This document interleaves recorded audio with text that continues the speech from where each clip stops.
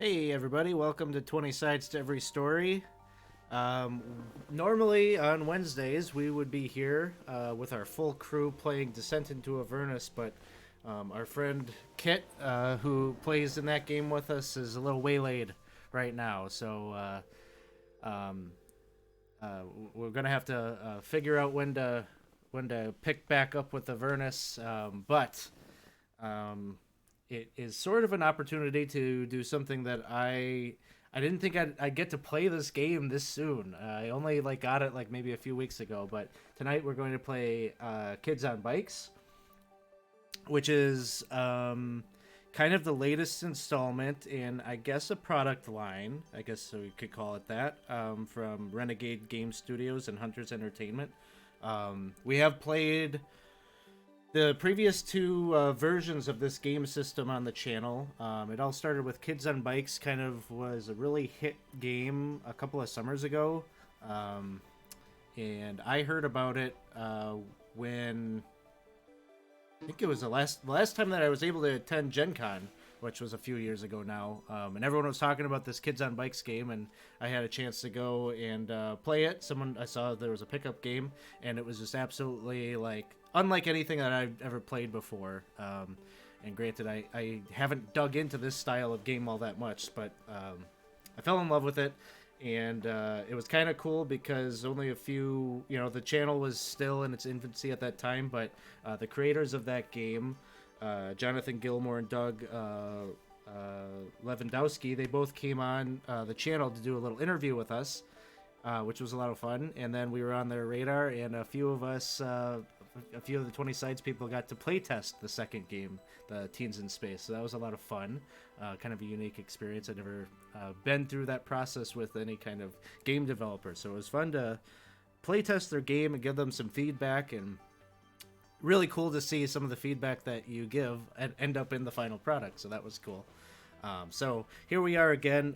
This is the latest thing, is Kids on Brooms. So if Kids on Bikes was trying to emulate a Stranger Things, Goonies type of series, this is like the Harry Potter magician's equivalent. And so maybe we've got a few people out there in the chat. This is definitely a game that needs a lot of input. So we're going to get a lot of input from our players here tonight. But you'll notice if you go into our EXP store, where typically you could do all sorts of terrible things to the players, or all of those terrible things have been deactivated, because that's not what this is about. This is about RP and being creative. And so I would say throughout the game, or at least in this next hour or so, as we're creating things, feel free to drop the players' suggestions as to things that they should add into the game. But if you would like to formally add something to my list, there's a couple of things that you can put out there, such as the name NPC. If you name an NPC, feel free to give me a couple sentences or two about how they fit into our world, and I'll see if I can get them in here somehow. Another thing would be starting a rumor. Rumors are foundational. There's no pre-planned anything. In fact, I have to kind of turn my brain off throughout the day anytime I'm going to do one of these games, because it's got to be a blank slate in terms of what the story is. I think that's the best way to go. So if you redeem the start a rumor, you'll add a rumor onto my notepad that maybe will come up at some point. There's a couple of other things there too. The exploded die. If you redeem that, you want to give one of the players the opportunity to explode a die. What that means is they have to do a skill check. We will count it as basically a reroll on that die, that they'll be able to take the max number of the die that they're using and then roll it again. Very, very important for the skill. The skill checks are the foundation of success and failure for this one. I think there's one other thing I have out there. I think you can award people an adversity token. So if you award an adversity token like Pruno just did, you can hand that out to one of the characters. Those adversity tokens can use them to give a +1 to one of their die rolls, or some of them have skills and abilities that use the adversity tokens as fuel. So those are all welcome and helpful. Um, This does not count as Avernus. We're not going that evil here. No, yeah. bad Bruno. Well, it is wizarding. Who knows? You know, one of these people, one of these students at the university might get the late night munchies and decide it's cookie time. So, anyways, at some point we're gonna get to who our characters are, but I think in order to best help them figure out how their characters fit into the story, we first need to know what our world looks like. And so, kind of one of the basic premises of this story is that we're at a wizarding school, and so I think we're going to need a name for the said wizarding school. And so I'm just going to kind of roll randomly, and Casey, lands on you. What is the name of our school?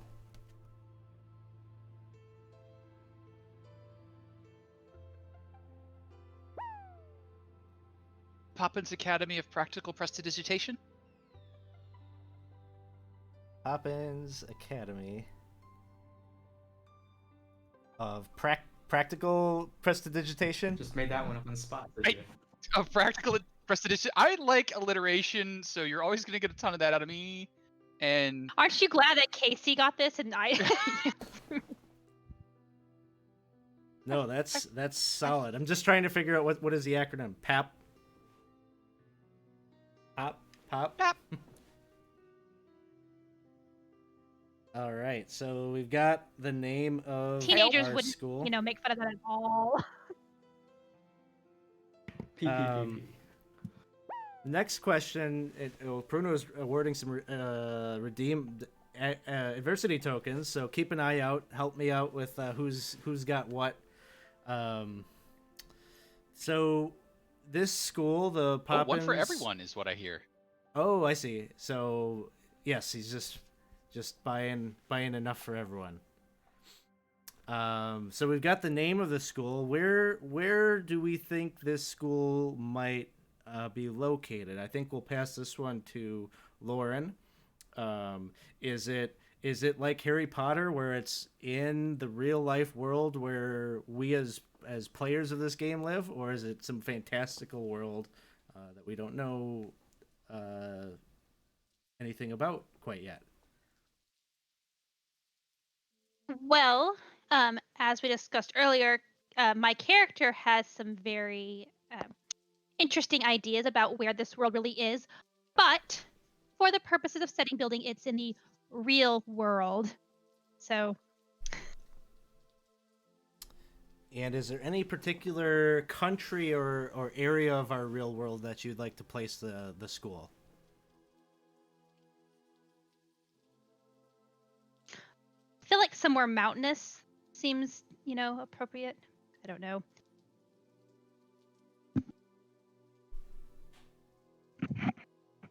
Okay. Somewhere mountainous. Ethan, we'll turn next to you. So it sounds like our school is probably somewhat like remote, in a mountainous area. Tell me something about, is the school known to those that don't know magic? Is this something that we keep a secret? Are the muggles aware of it? What does that relationship look like between the magical world and the non-magical world? Yeah, I think it would be a little more fun. It is separated. I think our school is put in a wilderness area. Not a lot of activity in terms of city folk or the fancy gizmos and gadgets of technology. Whether or not our school has some technology, I think that'd be kind of interesting. Maybe it's just on the verge of adopting, a Wi-Fi system for their school. I don't know. I think based on the character concept I pitched, magic and technology may work together, but there's a lot of ripe opportunity for hijinks and spectacular explosions when you mix the two.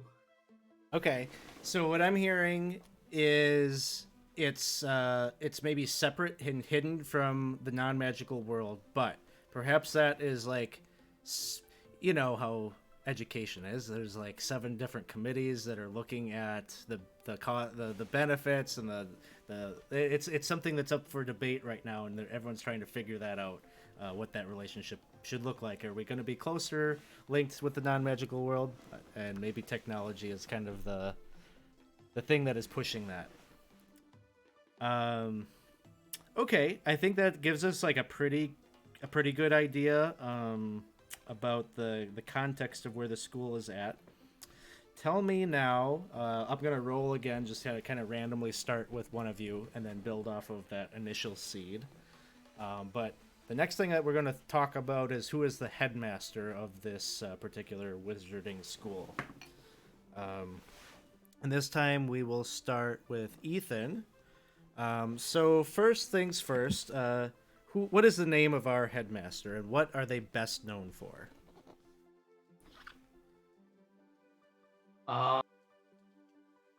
Name of our headmaster. Let's go with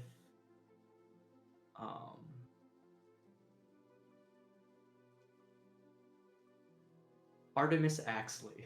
We'll keep going with alliterations there. Okay, and Artemis Axley, what are they best known for? Let's say, in keeping with tradition of her namesake, she is best known for hunting. She slays a lot of magical beasts. She's well known for that, and kids who are lucky or unlucky enough to enter into her office have said that they've seen like the heads of hydras mounted on her walls, and a couple made up mythical beasts that are just trophies on her wall, and she does not have a very good working relationship with the gameskeeper of our school. She's got like a Fiji mermaid, like as a talking trout.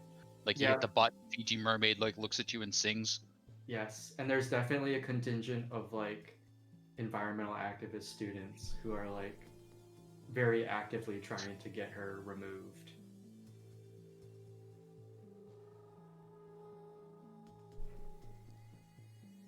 I like that. Students are actively petitioning. They've always got petitions that they're out in the commons, like trying to get everyone else to sign things that they don't really understand, just to have a big But there's like a subset of students who are like very into her. Like she's like a cool person, or she's trying to like, she has this reputation of being a very cool person, because she hunts like the monsters. Like you got to be pretty badass to do that. Yeah, so she's somewhat of like a either lover or hater. There's at least like that kind of contingent of strong emotions about her. Yeah, and it's just the question on everyone's mind is just like, how did she get this position? Like, she does not seem like an academic type at all. It's the Practical Academy. I mean, when you're in the mountains, you gotta learn how to ward off bears, and Very cool. So we've got Artemis Axley, headmaster of Poppins Academy of Practical Prestidigitation. So we've got the identity of this kind of face of the school. The next thing that I'm interested in knowing is what maybe one of our favorite pastimes is. This one we're going to give to Lauren. Every school, they've got their thing, right? Their little inside things of enjoyment or points of pride. What is something that our school maybe that's unique to our school that we like to do to pass the time?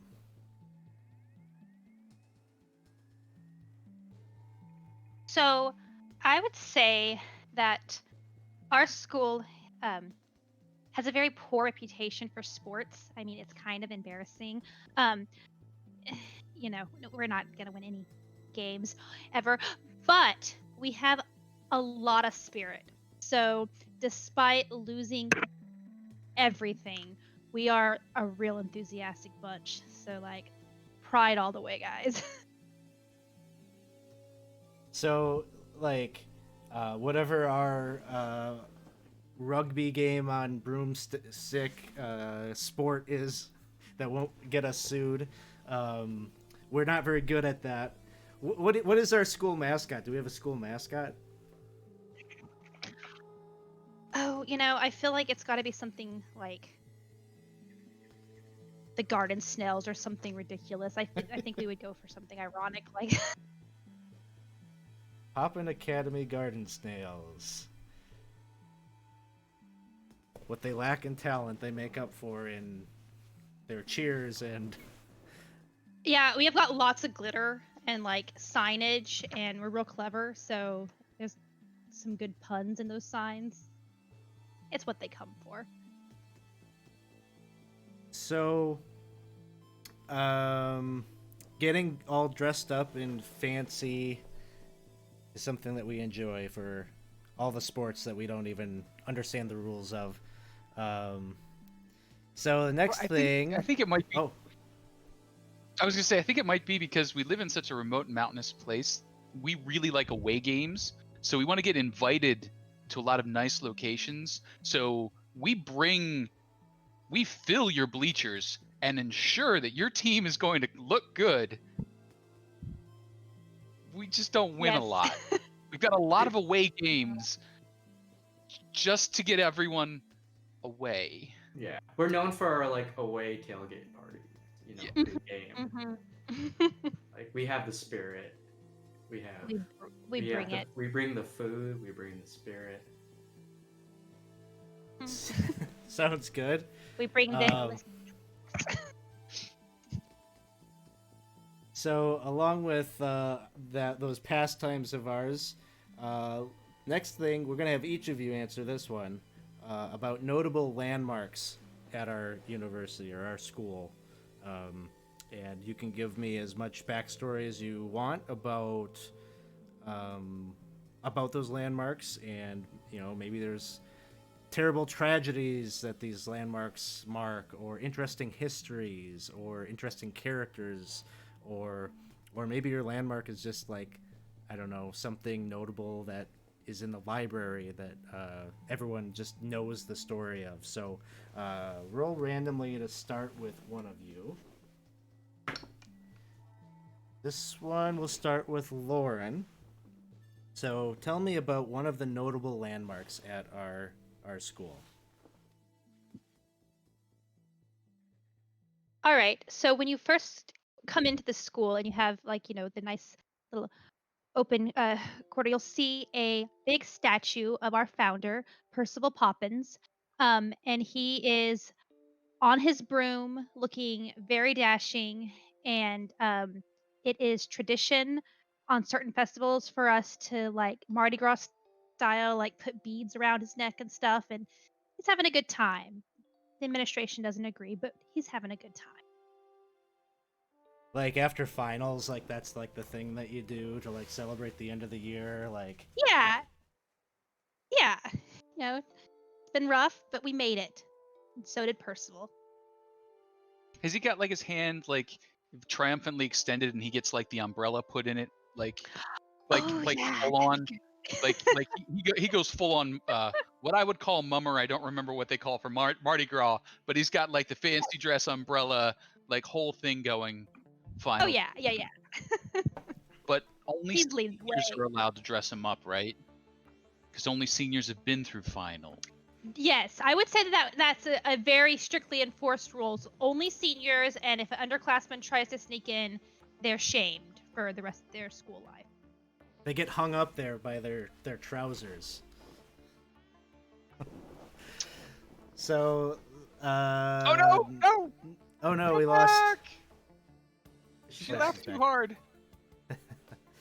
Let's see. Let's go to Casey to find out about our second landmark. So I think the second landmark is the school auditorium.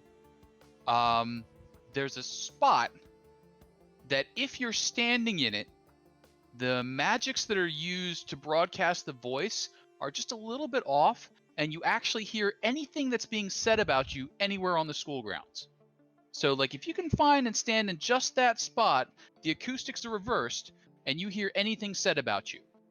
So occasionally you'll see people like bobbing their head and moving around down by the stage trying to find just that spot. It's super embarrassing if you get caught doing it, because how vain do you have to be to want to know what everyone's saying about you?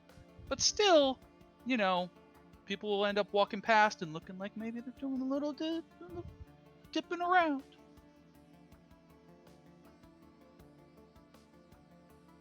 So the sort of thing that maybe you sneak out at night after curfew, try to dodge the prefect to get to the auditorium, so you can do this under cover of darkness.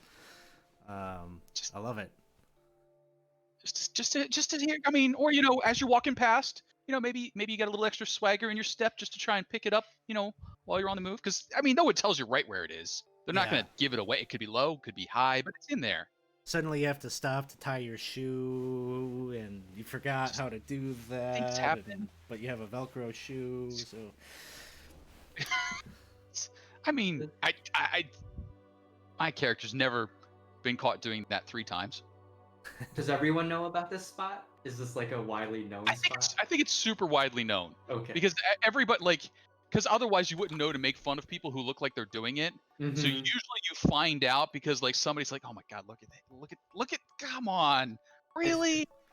Yeah, and then, so it's like you're publicly shamed for doing it. And that's all you hear. But everyone secretly wants to do it. Yes, yeah, because so while you're listening to it, all you hear is them making fun of you, look at it. So there's 100% truth to the rumor, because when you get caught doing it, all anybody's talking about in that whole auditorium is you trying to do it. So reinforces that rumor.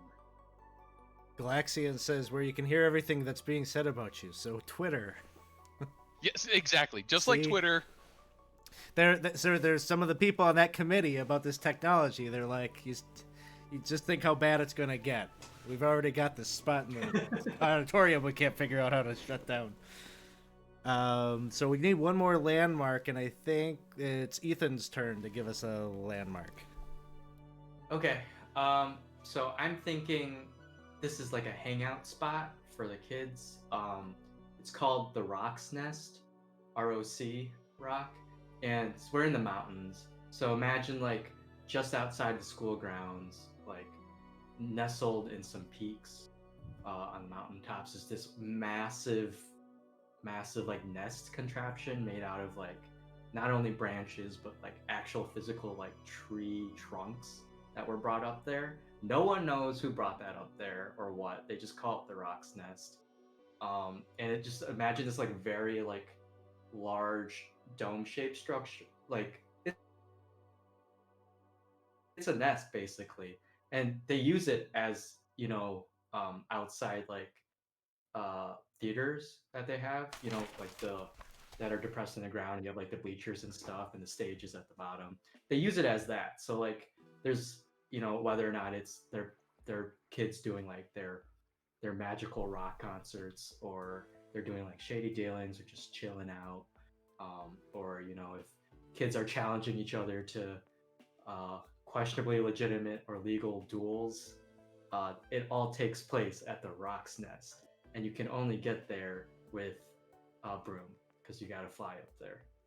So it sounds like this spot is outside the authority of the administration of the school. It's kind of. Yes, this is when students govern themselves. The professors are clearly aware it's a thing. I mean, I'm sure the majority of professors went to school here, so they know of its existence, but they'll let it be as long as it's not too much trouble.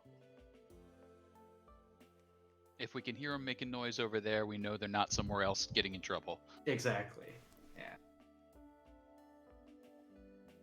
All right.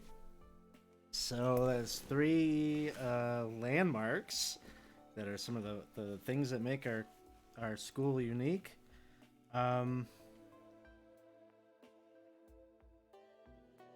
So this next one is, so every school, I'm imagining just about every wizarding school has a divination class and a defense against the dark arts class and a histories class. These kind of common things that you'd find at any school.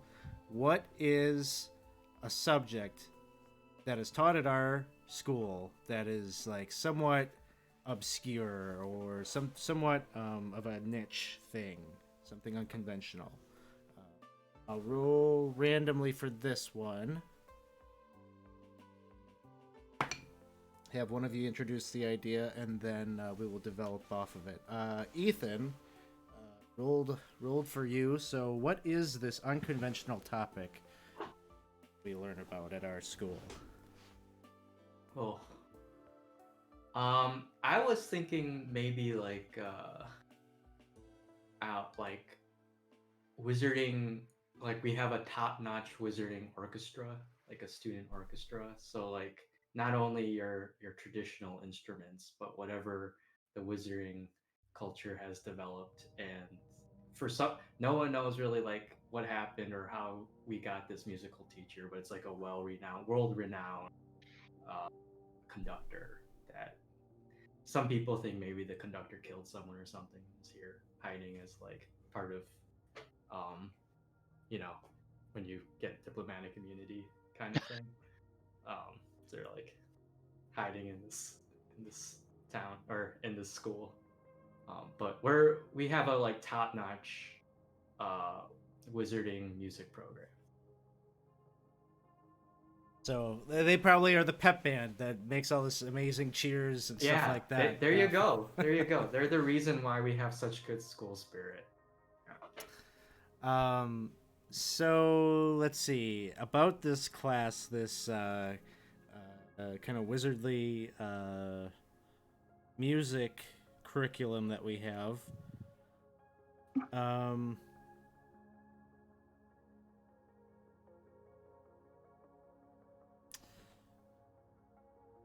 I don't know. I think you kind of covered it. What? I guess maybe like why do we have this topic at our school? What are the origins of it being at our school? It'll just kind of leave this open, like anybody could answer it and build off of that. Well, I mean, I feel like our spirit was so strong that we kind of like attracted, this top-notch conductor. And my character personally is in the band or the orchestra and plays the double flute, which is a flute and a piccolo. The piccolo's played magically and more annoyingly. So, and we can do things that other bands can't. And so it was clear that we would be the premier magical orchestra in the region. Sounds good. I like that. Okay, now we're moving on. Where we're going to need some rumors. I'm going to get one rumor from each of you. These rumors, they could be. I think it's always best if you, as the player offering this up, don't make a determination of whether it's 100% true, partially true, or completely bogus. Whatever it is, there's some contingent of people that are going to believe it 100%, and some contingent of people that maybe say it's malarkey. So these are kind of the hooks. These are going to be like the seeds that I use maybe to kind of steer us to what is the conflict in our story. So I'll again roll randomly just to see who is going to be the offer up our first rumor. And if you're out in the chat and you want to offer up some additional things, redeem that insert a rumor award, and I'll put yours on my list as well. And so we'll start this one with Casey. Okay, so I'm stealing an earlier one.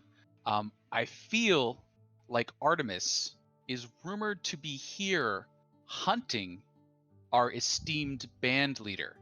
That the reason that she's here is she's a bounty hunter, and she can't claim him while he's on school grounds or at a school function. But if he puts one toe over the line, she'll be on him. So this is really just a cover for the whole thing, and it's just been going on like a stalemate for years now.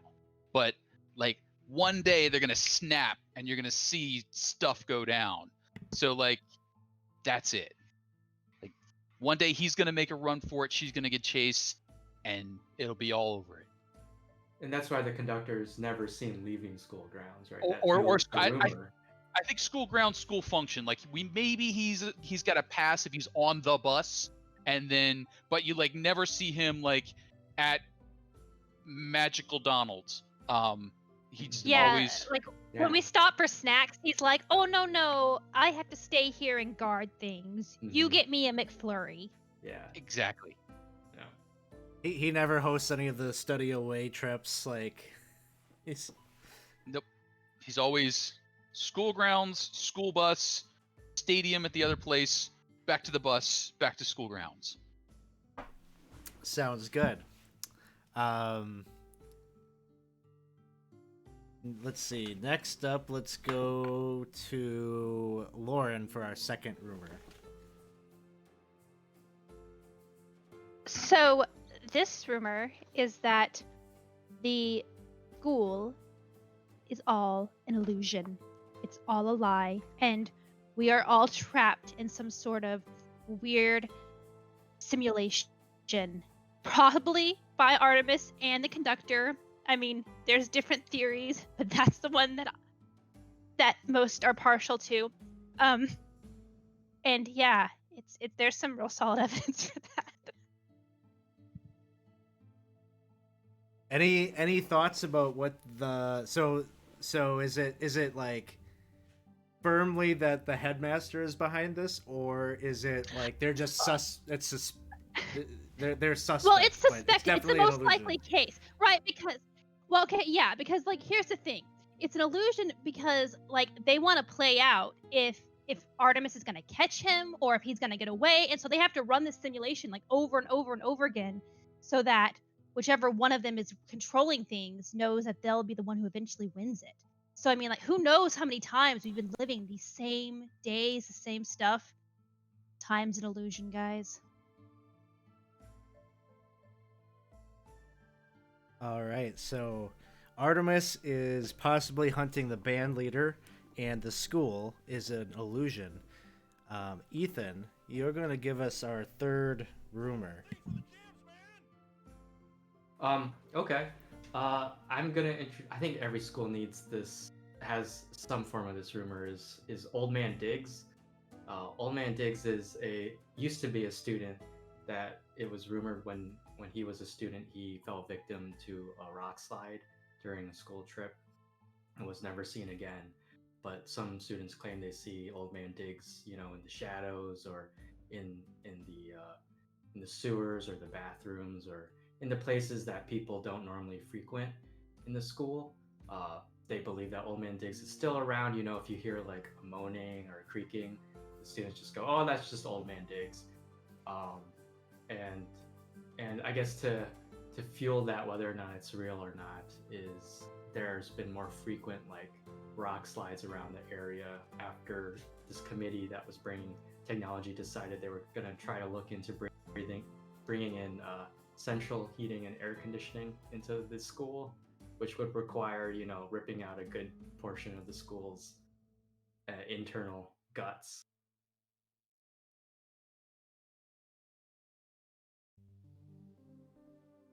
All right, so we've got Artemis is possibly here hunting the band leader. The school's an illusion, and we've got our resident ghost, Old Man Diggs, who you can either seek out, or maybe if you're fortunate or unfortunate, he will see you or find you and deliver messages.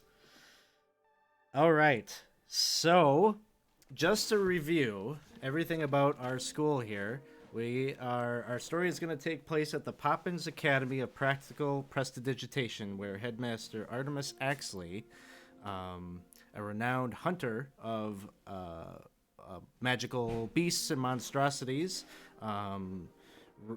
is the captain of this ship. How she became the headmaster, we don't quite know. But she has a reputation both in the positive and the negative, depending on who you speak to. Our favorite pastime at the Poppins Academy of Practical Prestidigitation is we're very fond of our parties and our celebrations and our cheer. Something that is aided by the fact that we are one of the only magical schools in the world that has such a world-renowned magical orchestra. And our teacher there is somewhat of an enigma. We have a few landmarks that we are quite notable at our school. We have, of course, the statue of our founder, Percival Poppins, holding his broom.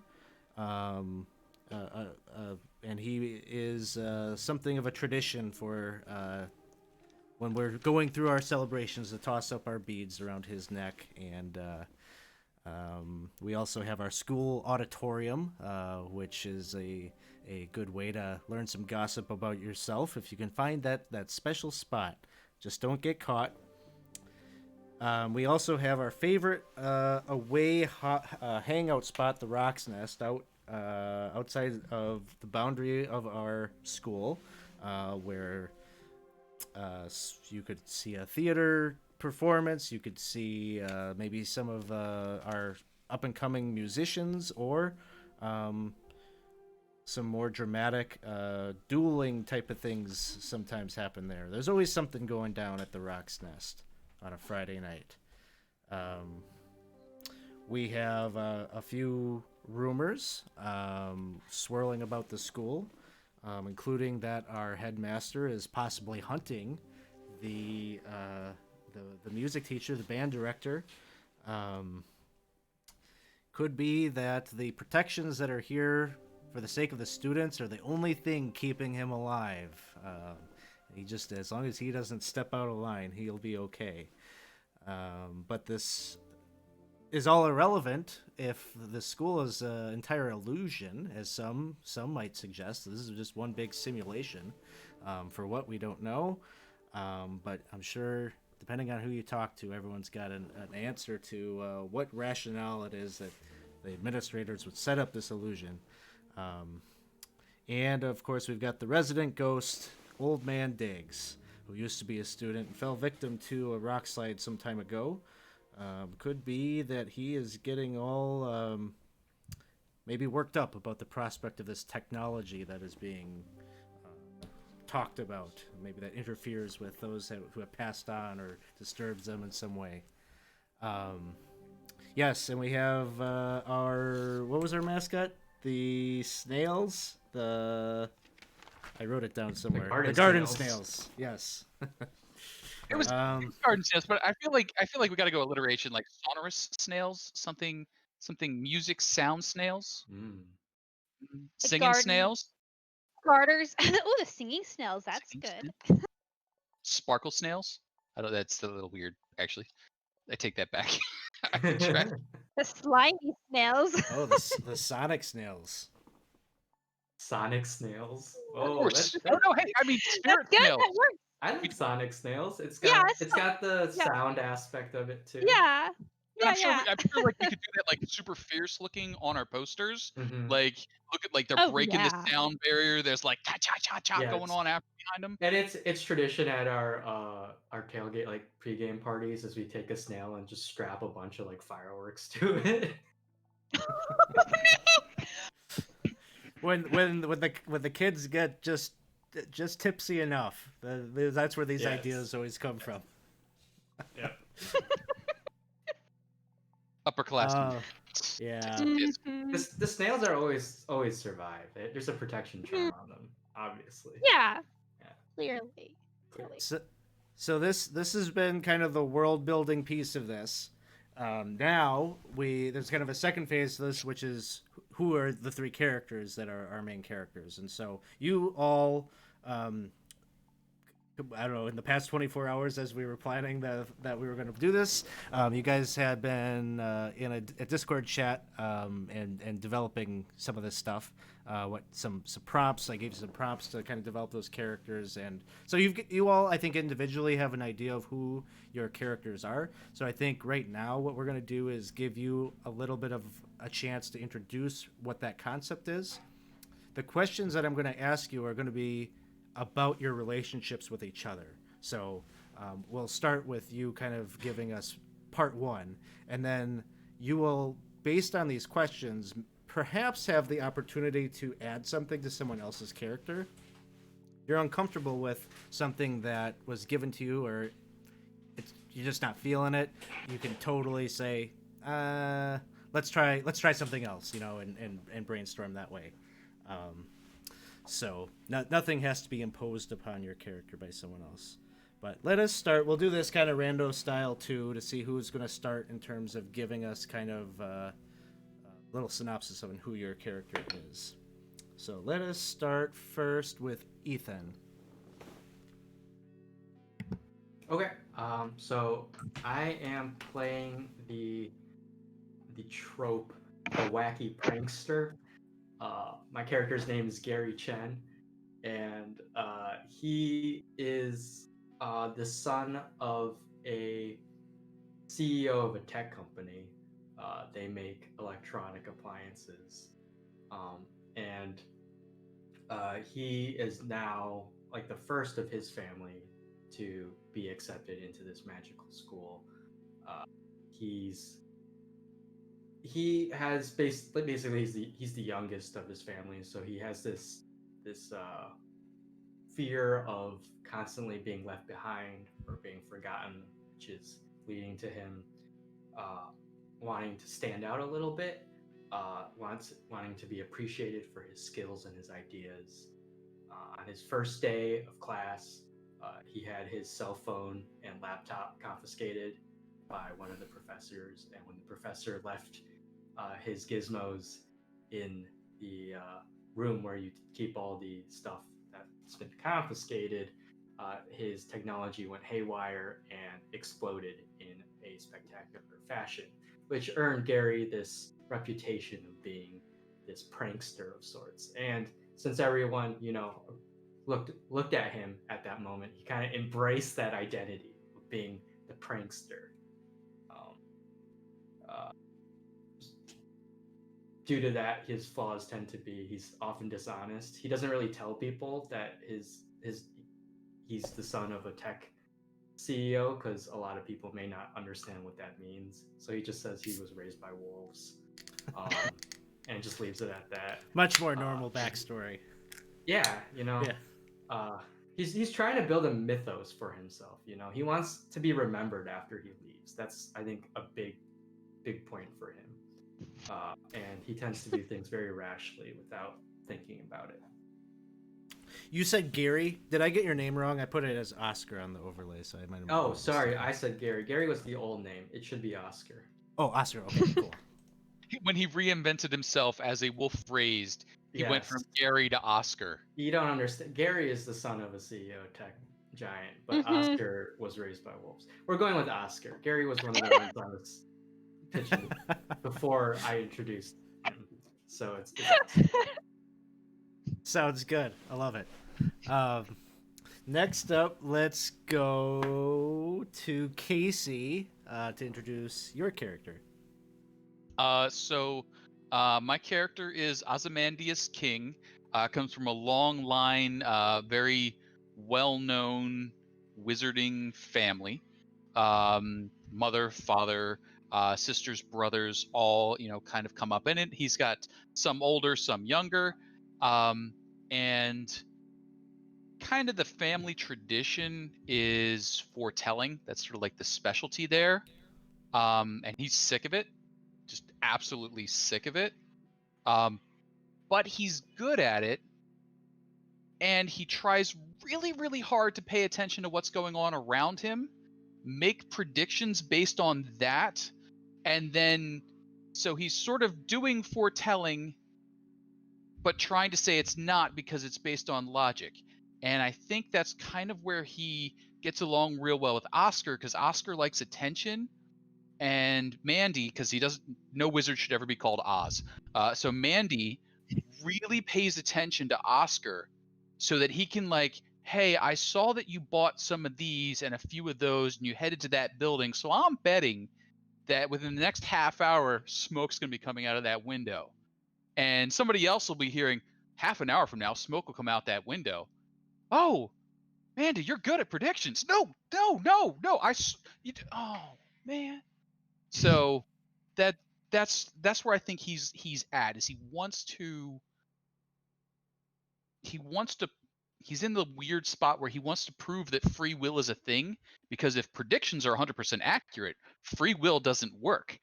But if free will doesn't work, then what's the use of a prediction? Because you're going to end up, and he's at that, I'm in too deep.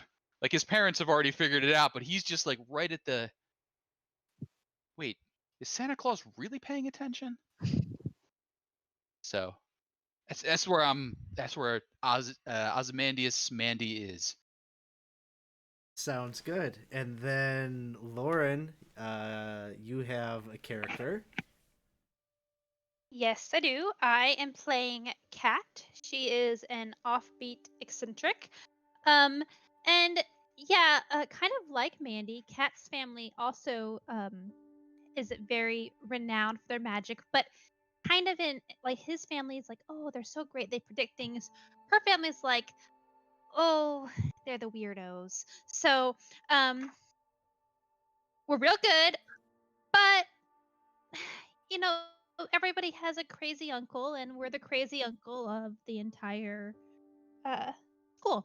So, um, I though am perfectly normal, and just because I see things clearly does not mean that I'm paranoid or whatever people would ascribe to me. Um, but all that aside, um,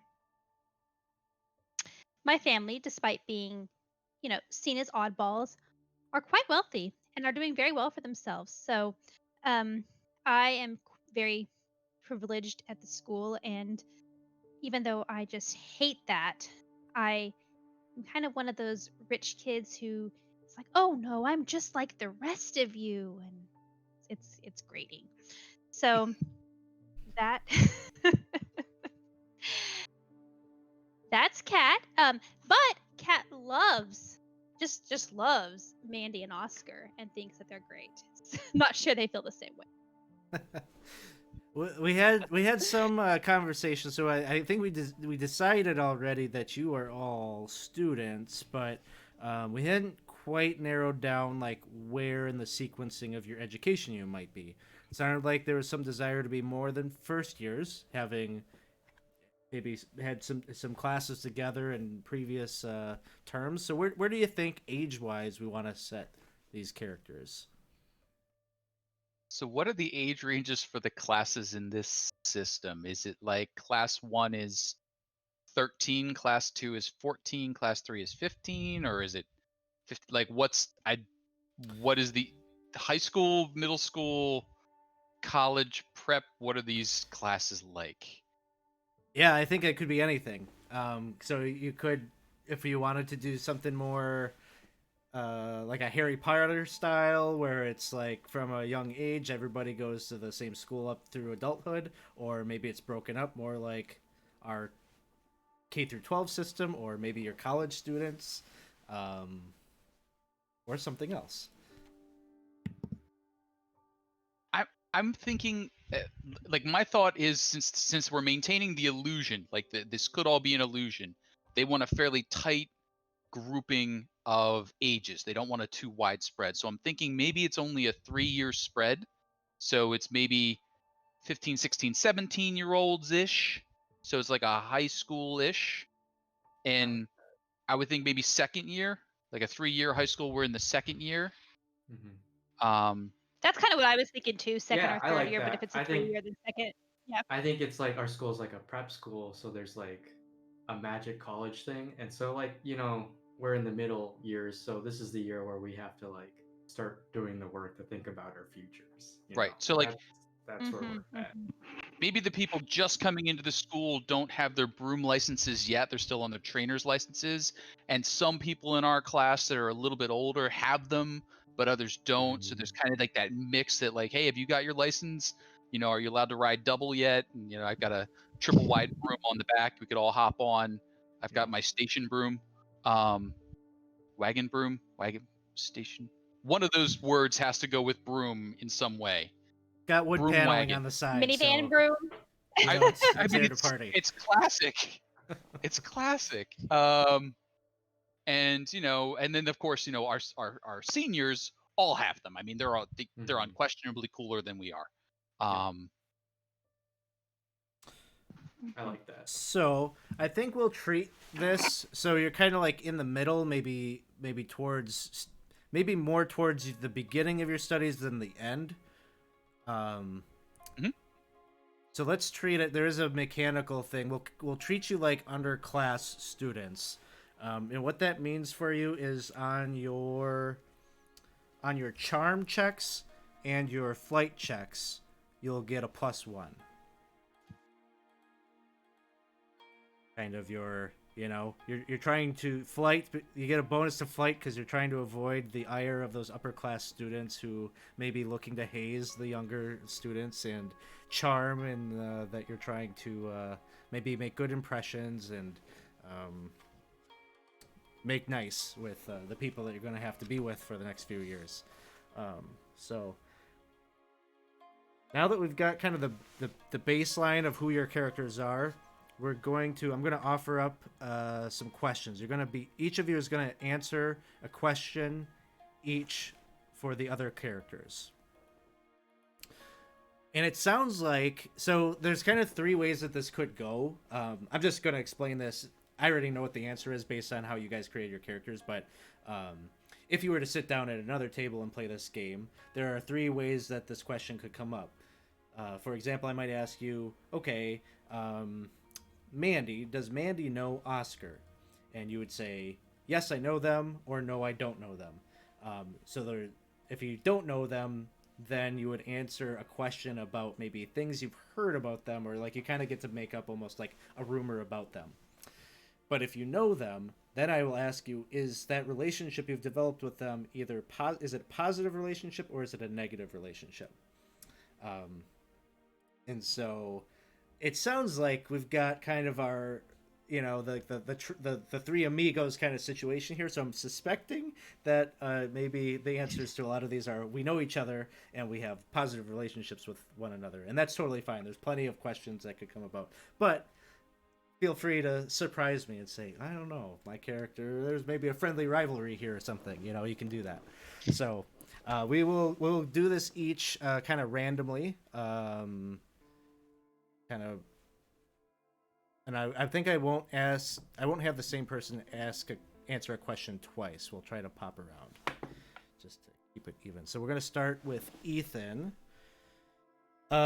Ethan, does Oscar, in relation to Mandy, have a positive or negative relationship? Oh, I think he considers it positive. I don't know if Mandy does. I think Oscar takes advantage of Mandy's predictive skills to his benefit when pranking. Whether or not Mandy does it like willingly or not, that's up to him. But I think Oscar sees it as a very beneficial partnership. Okay, so positive. Roll me a d20. First roll. 17. Okay, you saw Mandy at one point do something really nice for someone without making it about them. What was it? I think I saw Mandy, I don't know for what reason, but Oscar was tailing Mandy for a day and saw Mandy purchase a box of chocolates, and was like, oh, what's going on here? what's the hot goss here, and saw Mandy put it on a bench in the quad and then just walk away, and then Oscar watched and saw like someone else sitting at the bench who was having a terrible day, was just crying, and find the box of chocolates, and it just made their day. And only you noticed it because you knew Mandy enough that you understood why that like happened. Yeah, I understood the connection there. Yeah. All right. Well, very cool. So we'll have you come back around to ask. I'll ask you a question about Kat in a little bit, but we'll pop on over to. Next, we'll go to Kat to answer a question about Mandy. We're gonna learn a lot about Mandy at the front end here.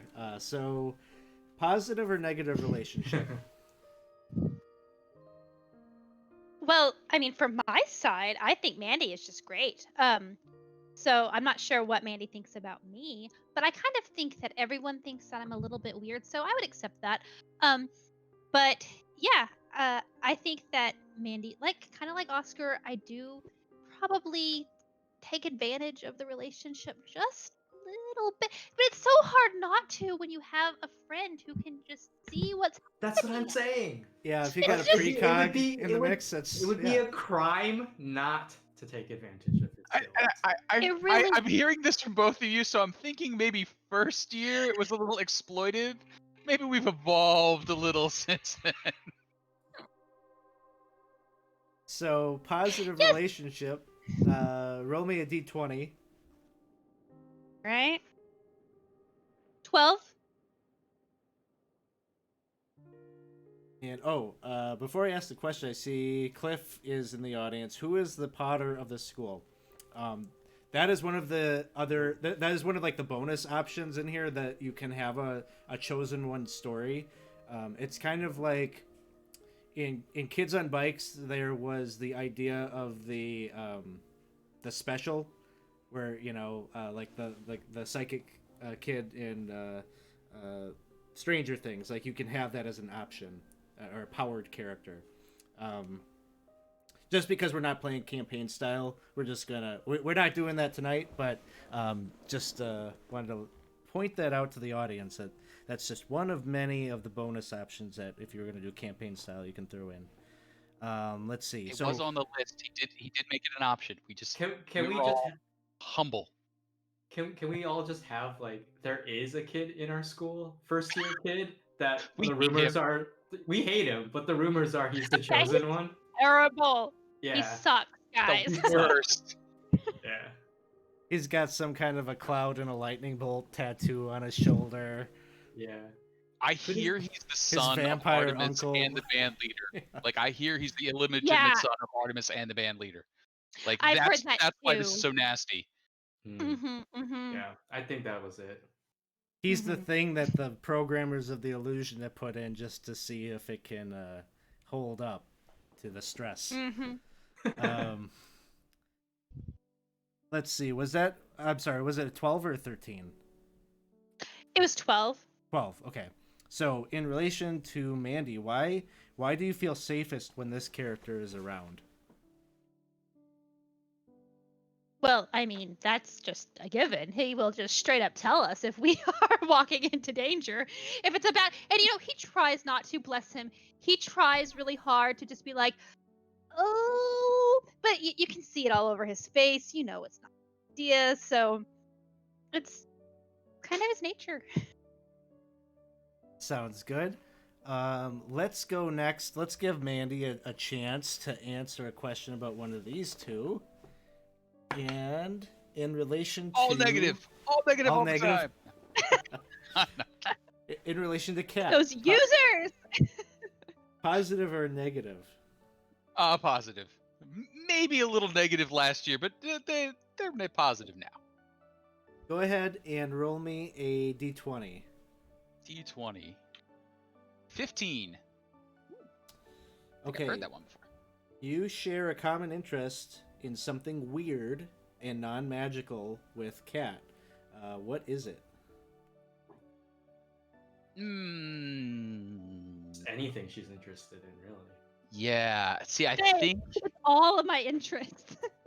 I think it's the illusion thing. But I think the non-magical part of it is the whole. What time frame are we thinking this is? Are we thinking like 2000s, 80s, somewhere? It must be somewhat modern if we've got Wi-Fi and such. Wi-Fi, so like 90s to 2000s, Yeah, let's say like 1998. Like we're right on there, 1990. yeah. So like I think Mandy has heard just enough of like maybe what 98. That'd be like a little bit of chaos theory from Jurassic Park and a few other things like that, where Mandy's kind of like started to look at like the mundane world's sciences and like, well, from what I'm reading, it all really could be an illusion. And maybe time is fixed. And that's why you can see ahead. But if that's true, then we really have no free will. So I think it's like the collision between the free will concern he has and like what is a people that like is this an illusion? Well, maybe it's not a local illusion. Maybe the whole thing is an illusion. So I think that's the not the little bit of like how maybe in this world people might pull a little bit of an occult into their science. Maybe we're pulling a little science into our occult. Sounds good. It's kind of like that one movie I saw when I was back home for the summer. I think it was called The Matrix. Yeah. It came I out heard in the about theaters. that. I Yeah, heard about that. Is it's that like 90, that, right? when did the new Matrix come? Is that 98? That would be beautiful. It's got to It's be real 99. close. Is it It's 99? 99. Oh, Yeah. damn. So we saw Real talk. trailers for it. Yeah. Trailers. Trailers for Trailers. it. Yeah. And Trailers. we're waiting on it to come out to see if that's a solid scientific theory. Like this is Yeah. cutting edge science. Kat, that I we've bet heard you about. think that's like the singularity event. The moment that movie comes out, it's just gonna Oh. blow everyone's minds out of the Oh water. yeah. Oh yeah. They know the truth. Like this is it. The truth is being exposed. Mhm. I'm like writing letters. It's Yeah. It's Someone That on the makes- production of that movie like died like a week after it hit theaters, and like you're all over like you got newspaper clippings like drawing the lines like. We're like trying to Meanwhile- limit like we've got screenshots of the trailer with the green symbols going Yeah. down, like trying to link those to our cannibalistic symbols. Like The- this one matches. It has to be, right? The only witch on that production died.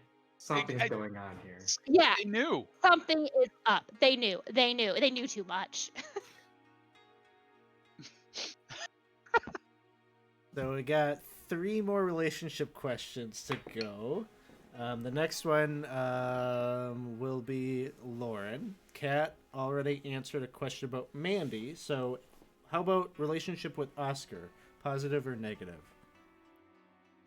So positive, but I don't feel like Oscar is really living up to his full potential. And I tell him all the time, these pranks, they're great, they're hilarious, but you have so much you could do to blow the lid off of these conspiracies. Like you've gotta really work hard and apply yourself and go for the big one. So Go ahead and roll a d20. all right, it's 6. A6.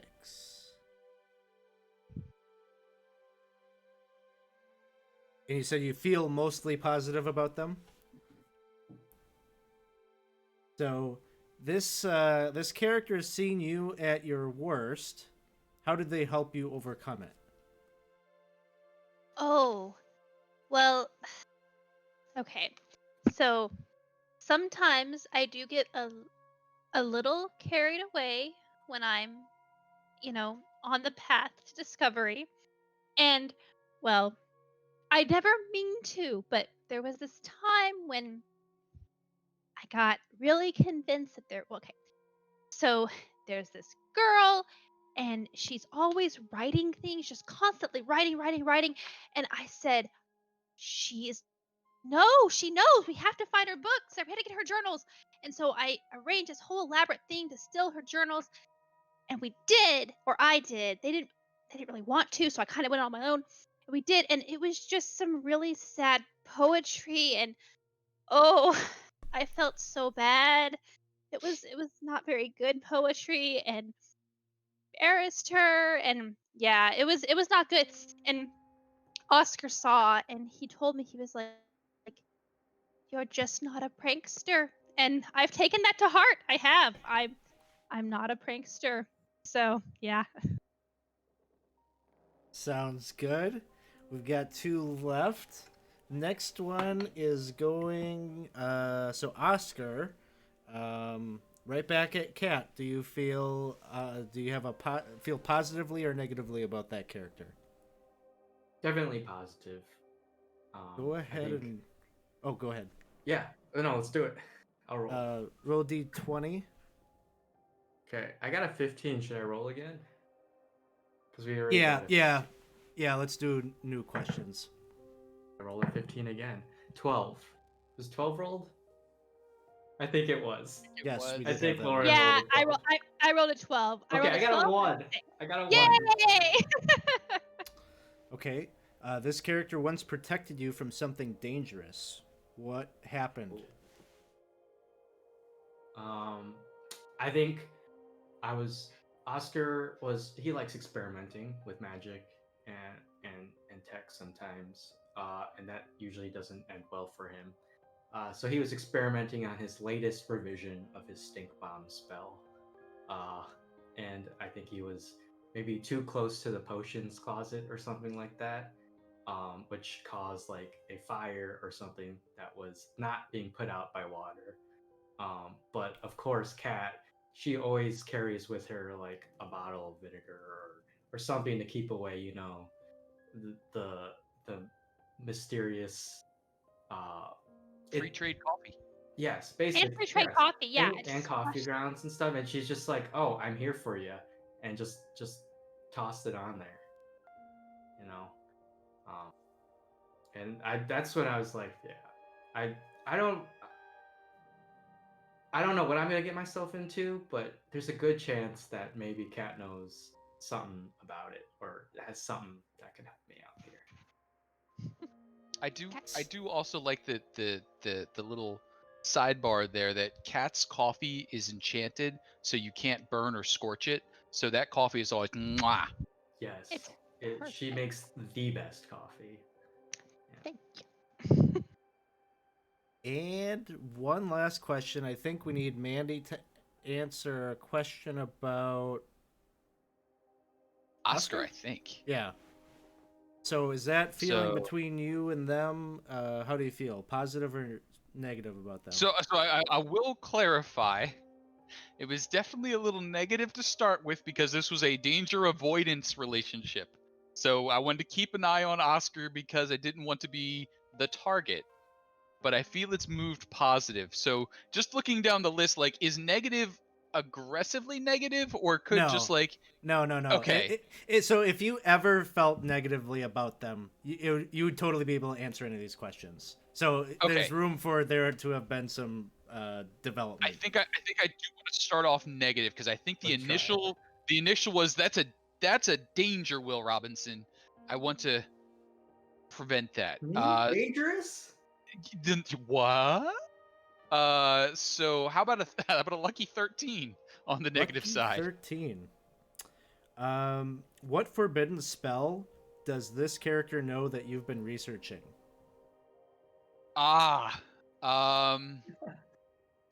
I think it has to be something related to the stink, and I think it's like a s- like a like a mm, like a vomit inducing kind of spell, like something that's almost weapons grade. Like you are not supposed to know this one because it disables people. Like epicapia. No, help me out here. Give me a spell sounding word for epicac. Epicaci. Epicac. It does like what? Epimoso? Epicacamoso. Yeah. That sounds like a spell. Epicakamoso. That sounds like a spell. Like the Epicakamosa spell. Where Mosium. I like Mosium. Epicacamosium spell. Which just induces like the worst vomiting. But it's sort of kind of based off a stink spell. So like I think maybe Oscar nailed that one down when the file started, and I'm like, whoa, I kind of want to know that for, danger avoidance purposes. Sounds good. So, yeah, we're just about. I was looking to do about an hour or so on world building and character development.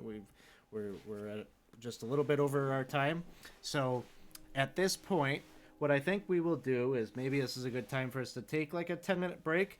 Allow me just a little bit of time to digest everything that you have provided, and at least invent some kind of a starting point for where our adventure starts. So thanks everyone who's hanging out with us in the chat. Keep hanging out with us for a little bit longer to add in ideas. Adding the rumors, that'll be open all night. So at any point, if you want to throw something in, please feel free to do so. We also have a number of characters who don't have names. So if you purchase the name an NPC, maybe you'll be able to name our choir professor, or I don't know. There's a number of characters that we've invented here that don't have names or personalities quite yet. So we'll be back in just about 10 minutes or so. So please feel free to stick around.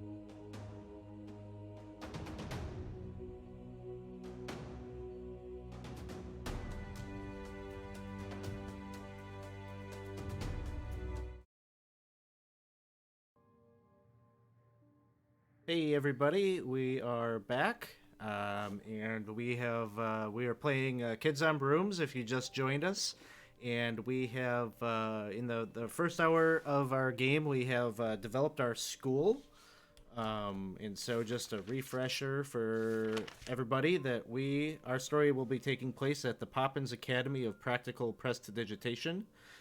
It is a school located in a kind of a mountainous, very remote area, and our school is very much separate from the non-magical world. We are led by our headmaster, Artemis Axley, a hunter of magical beasts, who is hey, proficiency bonus, good to see you.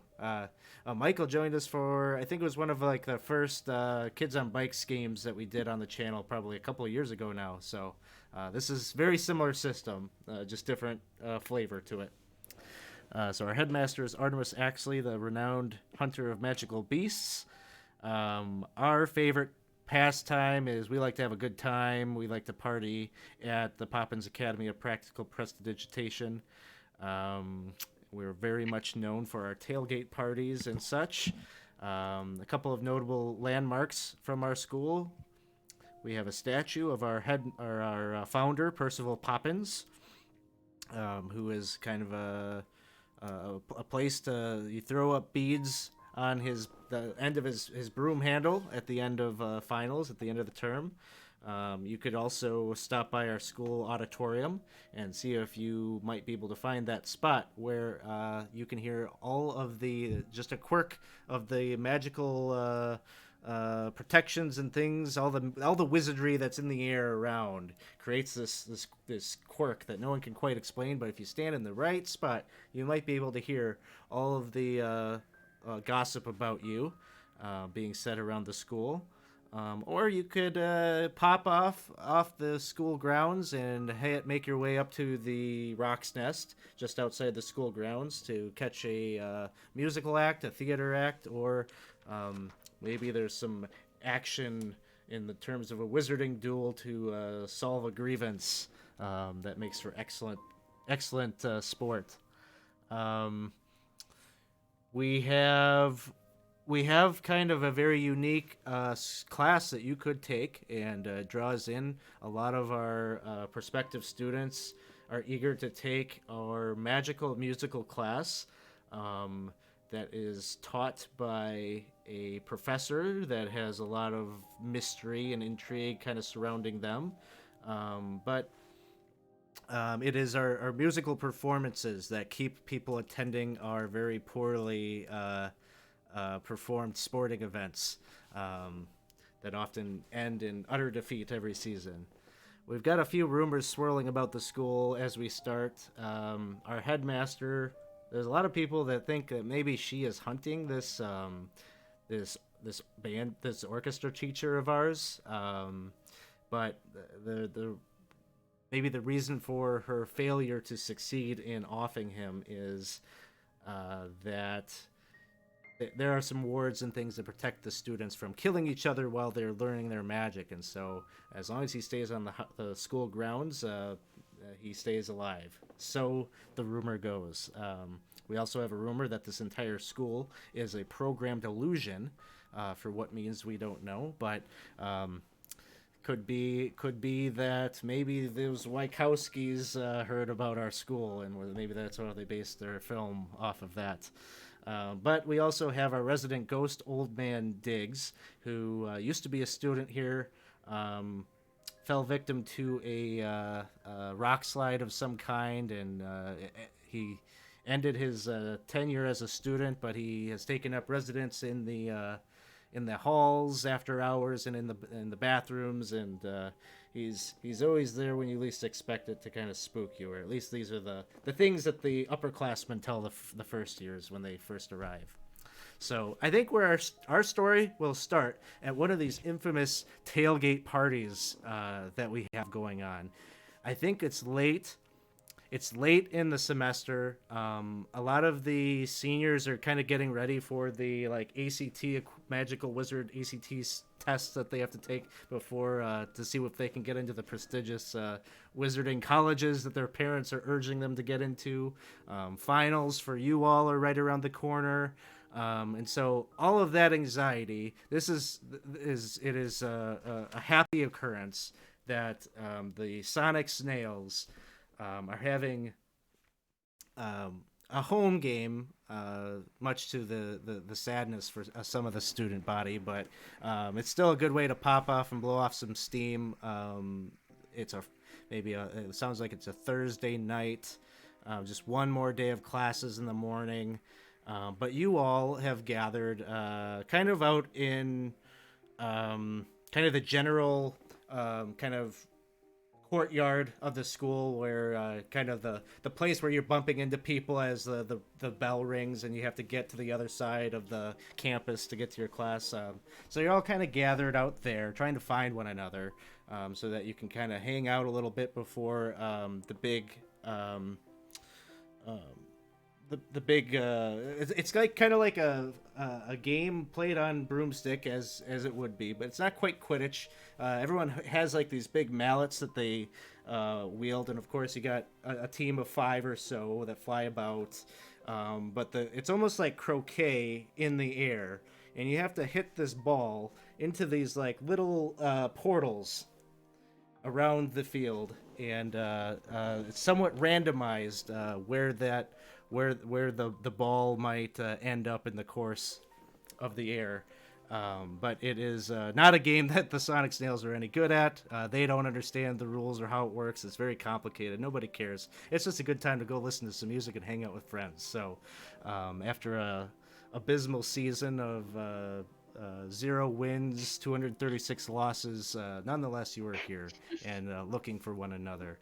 And as you do come around and see one another, you notice that, of course, those activists on campus, the students against the maltreatment of mystical beasts, it's just a travesty. They got all these signs that they've hung up on the statue of our founder, saying different signs of protests about the ethical treatment of beasts. And they've used that as kind of their poster board, and they're chanting and rallying as you all find one another this evening.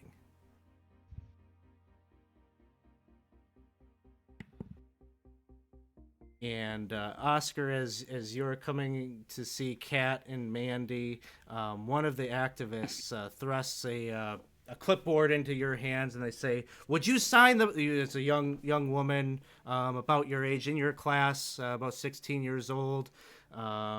She's involved in everything. Like, she's the president of 5 different clubs, and she's putting this clipboard in front of you, and she says, "Would you sign the petition to ban the harvesting of manticores for their meat?" This is the manticore meat industry is out of control, unregulated. The lobby is incredible. The things that they are able to get by our magical parliament.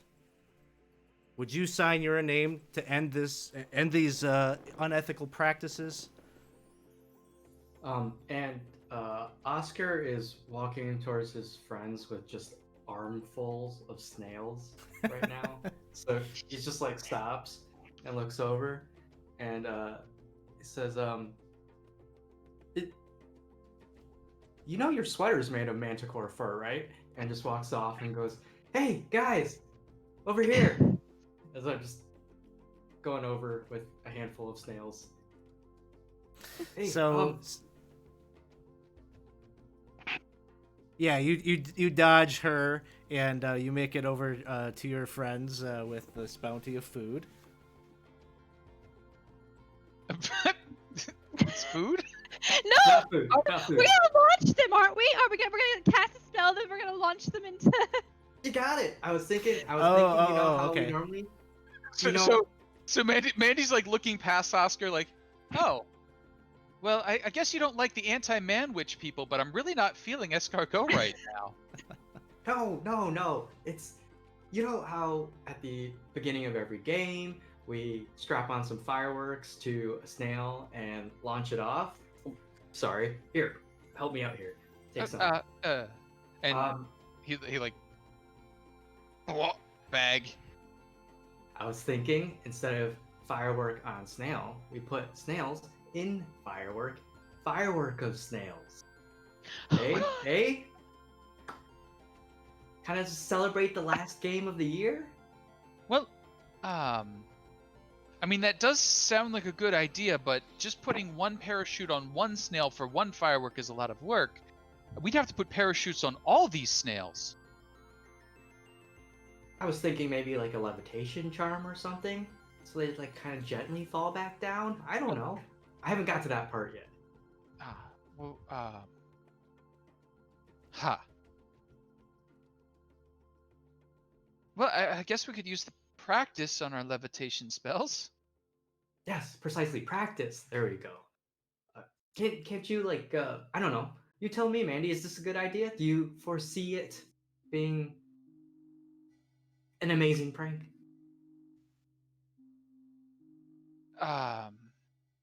Cat?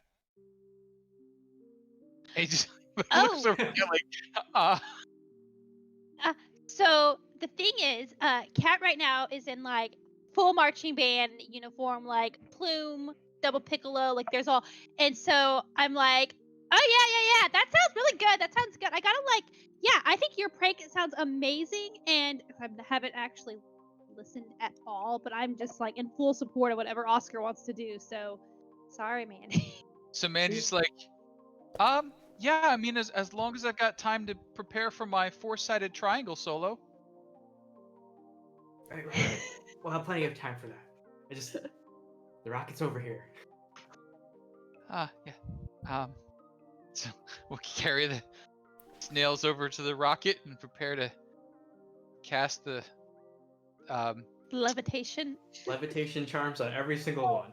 I feel like since it's a snail, it should probably be a slow fall spell. Okay, slow fall. I think that's fair. Yeah, That's fair. They are their own component, so. So, it sounds like you're getting ready to light off this this magically modified firework, and there's a little bit of a crowd that's kind of building around. Oscar, you're kind of known for this kind of thing, and everyone's kind of curious what the latest iteration of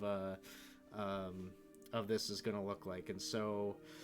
You start to pack in the snails into the container, the hollowed out container of this missile that you're going to send up, and there's some magical augmentation that will occur.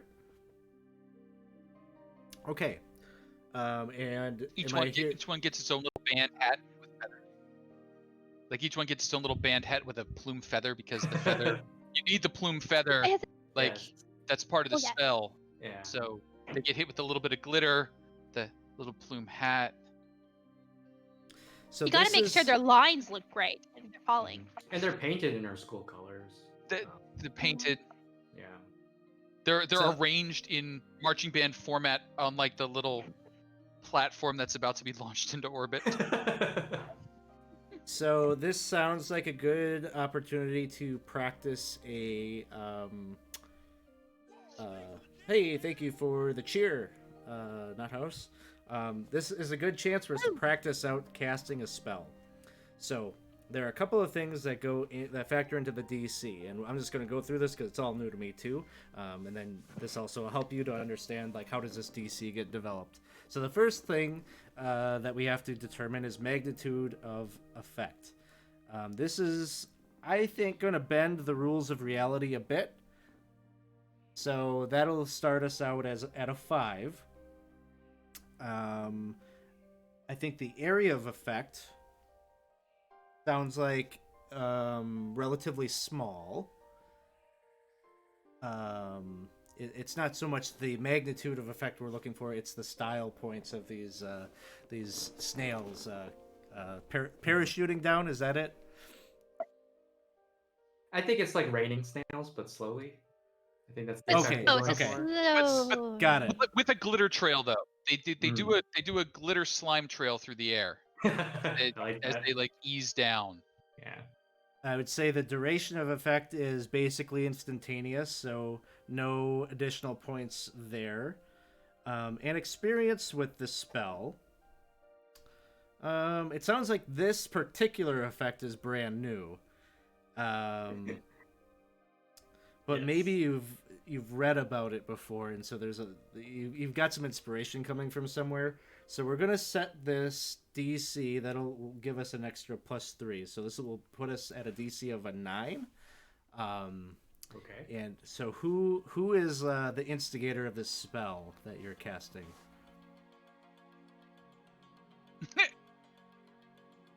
I don't know who you're pointing at, Lauren. Is that I'm pointing at Oscar because he's the one with the snails. I mean, like, okay? I feel All right. like, you know, that Mandy is probably like the brains behind making it work, but like it's all on you. They have to see you do it because you're the prankster. Yep. I think Mandy's Mandy's like has got the glitter, has got the feathers, like has the supplies, and is like willing to do the assembly. But Yep. when it comes okay. to spell trigger time, I feel like that's an Oscar thing. All right. Step So- back, everyone. Let the master do his thing. I would say this is a charm. I think the benefit here is you got all these people watching. It's like, how cool would you be if you could like make this happen? So what die do you have for charm? I have a D12 for charm. Okay, so you got a D12, and then you also have the +1 from being an underclassman. Anytime you cast a spell, you're underclassman. or underclassman, yeah. And then anytime you cast a spell, you'll throw a D4 in there as well. The D4 can't explode, but your D12 could. So roll that D12 and that 4, and let's see what we come up with. D12. Ooh, I got a 2. Okay. But that's +1, so 3, right? And the D4 is a 3, so it's a 5. 5. No, Okay. 6, because you get a +1 for Oh, charm. +1. You're right. Thank you. Yeah, so 6. it's a Okay. 6. So is 6. And with that, the spell simply fails. It's not. The effect, you're trying to get these snails to like float down. So that's the part of it that fails. So everyone's like looking up and are just getting like pelted in the face with these snails, and people are kind of like disgusted and wiping this like this snail slime off of their faces. And then you notice, so it's just like, oh well. There's some groans and things like that, but then you notice like everybody just kind of runs off, like abscond from the area, as you see kind of the room darkening frame of the music teacher, who is in his band getup, and he's just got like the largest of the snails has just slapped him right in the face and is just like sliding down, and he's just glowering just at the three of you, and he's kind of an older man, like maybe mid-50s or so, kind of graying hair, receding hairline, and he's in his band uniform, and he looks right at you, Kat, and he says, "These two I could understand, but you I'm disappointed in."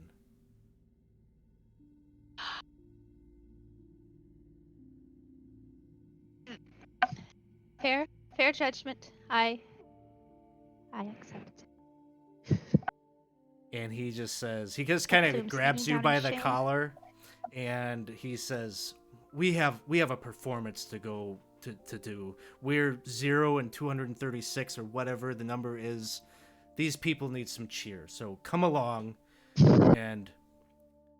And he, as he walks by, he also is looking at Mandy and you, Oscar, and he just says, I have a performance to put on. Let this just be a warning, the two of you. And he just drags Kat out into the stands to get set up with the pep band, leaving the two of you there. Mandy sort of leans over to Oscar. Think it'll work next time. Are you kidding me? That was great. Did you see the size of the snail on his face? Yeah, I meant the glittering part. That was pretty good though. I mean, that, I guess that could count as a success. You're right. I mean, as long as no snails were harmed, and Mandy will start going around counting snails. Like, oh no, they're all good, all good. Great. So as you're out, kind of maybe cleaning up or counting snails and talking back with one another, how can you improve this spell?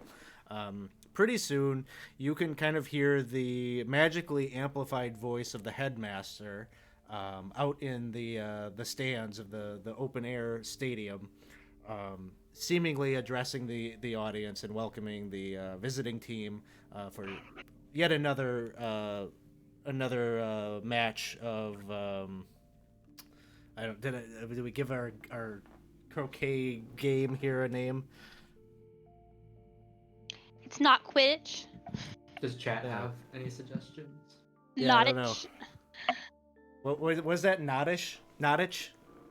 Notich? Notich. So the headmaster, our headmaster Artemis, she gives this kind of rousing speech, and she says, "It is with great delight and utmost humility that I come to you to welcome the visiting team, the Dartmouth Direwolves. We're looking forward to watching a rousing game with our very own, the hometown Sonic Snails. And let the best team win, and the crowd goes nuts. And Kat, you're over there with some of your band friends, and conductor Mr. Bernstein, our wizardly conductor, starts to motion for you all to begin your rousing music to get the teams pumped up as they start mounting their brooms and flying about the field of space. And the entire time he's just like glaring at you, Kat, with an angry face, and there's still like a little bit of that slimy green residue on his face. But Yeah, but as not paying attention. We're doing the horse, so we're doing like the. yeah, and you're playing your double flute, was it? Is that the? Yes, there's a flute, and then there's a little piccolo playing over it. Yeah, it's horrible. But great for outdoors. Yeah, I was gonna say the thing I remember about Pep Band is the accuracy and all of that didn't really matter so much. You just had to be loud. That's why I joined Pep Band. The tweet. Da-da, tweet, tweet. Da-da, tweet, tweet. That's all you need. You know, Oscar, I still can't believe they discovered the ninth note of the octave at our school. No, it just seems wild. Just, I kind of would have liked to go to the school where they invented the color of magic. Like, that would be cool too, because you could actually paint that. But I mean, the double flute, the four-sided triangle, This brings tears to my eyes. the In my triple ears. bass. I'm not good with instruments. Help me out here. Add one to another instrument for me. Oh, I can. You've got those like the contrabassoon. So what would that be like? A quinta-bassoon. The quinta-bassoon. I feel bad for those poor non-magical folks that can't hear that note. Just Tragedy. added texture. It's just. It really gets you here. It gets you right there. Oh, come on, ref! That was a total foul. So the game progresses. Most of the folks they're wearing your team's colors and whatnot aren't really paying attention. It's like being at a baseball game where half the people are really there for the socialization. There are maybe a few avid fans that are seemingly annoyed with all the raucous from people from your school and whatnot. But nonetheless, the game continues for a number of quarters, and point totals are just they just kind of like stop announcing it because it's so embarrassing. And but everyone's having a good time. That's all that really matters. It's Thursday night, and so as you're kind of looking at your magical enhanced watches, or I don't know, Oscar. It sounds like we're in the late '90s or something. So your big Nokia phone that you pull out, or I guess that got confiscated, right? But that's what you'd be looking at if you had it on your person, and Yeah, so you're all you can't even play Snake. yeah, right. So you're all kind of getting ready, like, when is this going to be done? When suddenly, one of those little portal nodes that this ball, the players that are on their broomsticks keep, popping the ball in and having it go through the little portal, extra dimensional space, and pops out another one somewhere on the field of space. You see one of those start to glow, kind of an unnatural color, and it starts to expand and expand and expand and everyone's like kind of taking notice of this, like it's the most interesting thing that has happened on the field of play yet. So everyone's like, oh, that's new. And suddenly this huge three-headed creature emerges, and it's a large beast, probably the size of like a young dragon or something, but it's got these three heads. One looks kind of reptilian like a dragon's face, the other like a goat, and what is the third one? Is it a lion? Is that where I'm going with the chimera? Is it goat, lion? Yeah, I think it's goat, lion, Yeah. a Dragon? for Yeah. chimera. Okay, so that's what you see emerge out of this hole, and the players all goat, lion, dragon, yeah. The players all kind of stop for a moment, and everyone's kind of looking around. This beast begins flying out of this portal, and Kat, you're probably in the best perspective to see that it is floating and flying straight at the back of the band director, Mr. Berenstein. And he doesn't see it. He doesn't realize what's going on because you're in the midst. He's noticing, like, maybe some of you are stopping playing, but he's continuing to conduct and such. Oh no! Well, I'm gonna scream out and I'm gonna say, "Duck! Duck! There's a thing!" And I'm gonna be like going like this and trying desperately to get his attention. And no, look! Hey! Hey, Oscar, So, check it out. He figured out a three-headed creature so he could finally get more cowbell, one per neck. Nice.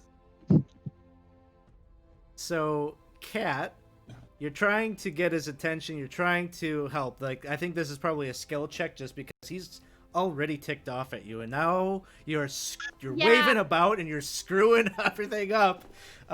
What kind of skill check do you think All this out is? of formation. Oh gracious. Okay, let me look at him. I would say maybe either charm or grit, because I'm, Yeah, trying to. Charm was my instinct, but I think you could make a case that it's grit also. So I'll let could be your choice. All right, I'll do grit because I'm better at that. I think Alright. normally this check would be pretty low, but I'm going to penalize you for the earlier incident. He's already kind of ticked off at you, so we'll see. So what is your die that you roll for that? All right, let's see, y'all. It is a D12. D12, okay. So something you're pretty good All right. at. I'm tough. It's a 7. Okay. So with a 7, +1, right? Because we're underclassmen. No, I have +1 for charisma and flight, and also and you're doing grit or charm? I'm sorry. I'm doing grit. My charm's sorry. only a D8. I'm You're sorry. okay. Yeah. okay. Yeah. So take an adversity token. I was looking for an 8 on that. So you don't you don't totally fail. Actually, the thing is, like, this beast comes like barreling at him with its claws out and would have mauled him had he not He like kind of like leans in slightly to start lecturing you, and just the slight movement saves him from being beheaded. But the creature instead grabs hold of his shoulder and begins flying about, has lifted him up, and is now parading him around, just like the players that you were being amused with just moments earlier, flying about, even seemingly trying to get to... You're noticing some of these portals, others are kind of opening up and expanding. And it seems like it is like kind of flying by and checking each of them out, almost like maybe it's trying to like seek out the right one to go into.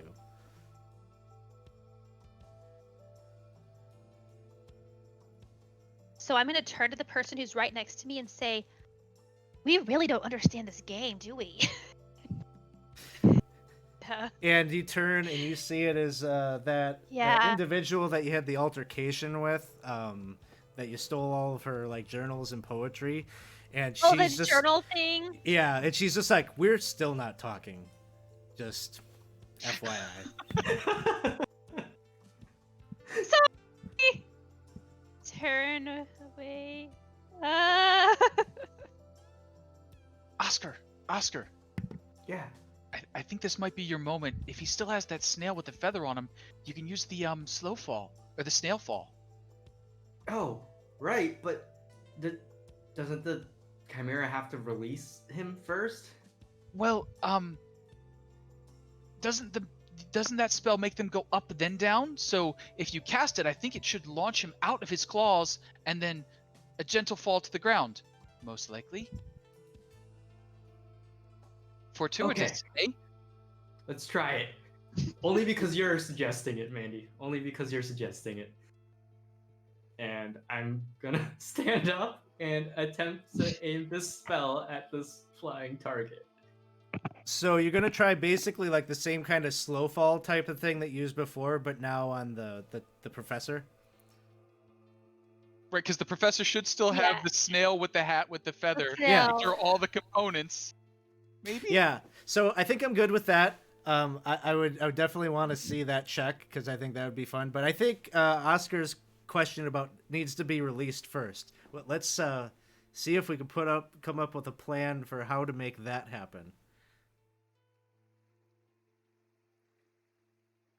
Well, I'm assuming that the conductor has his baton, so maybe he can, like do some tickling action to try to get him to be released. Maybe Poking. he could. Maybe he could if he had that thought himself. But he looks like he's sort of in freakout mode right now as he's soaring about, and so he's just in a panic.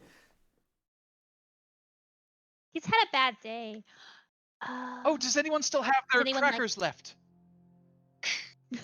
Oh yes. I think. Or even just. We've got to have those little like paper twisty cups with the glitter inside them that you take the top off and then you just go like whoosh and it's just glitter everywhere. And I gotta imagine with hang on, I gotta calculate.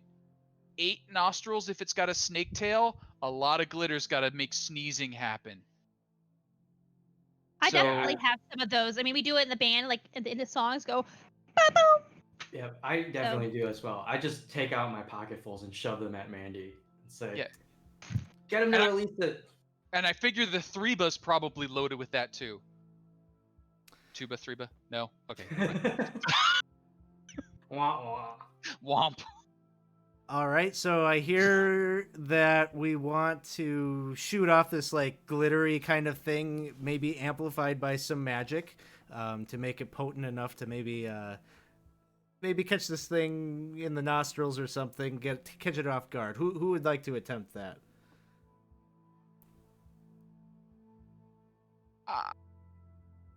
I think all of us. I think Mandy will lead up the okay everybody, and then do the glitter and just try and get everybody to do the glitter too. So Mandy will try and get the glitter in the air to give Oscar the chance to float the band leader down. So, I would say that one. I may be looking for fight? brains or fight. Brains or fight. I'd be Brains? good with either. Yeah. I think it's the I will happily ingenuity take of the brains. Yeah. I will happily take the brains. By the way, there is a ghostly +1 on my brains. Is that a real thing or is that just from the sheet? That's probably just from the sheet. Okay, never mind then that one. All right, so I get to roll the big die. D20 4. And you roll a d4 with that since you're casting a spell. And I throw a D4 on that one, and I got a 3, so give me a total of a 7. And Okay. I feel like one of those adversity tokens that we talked about early on might be good here to make that an 8. So Pruno's adversity tokens, because I feel like Pruno's adversity tokens to get that up to an 8.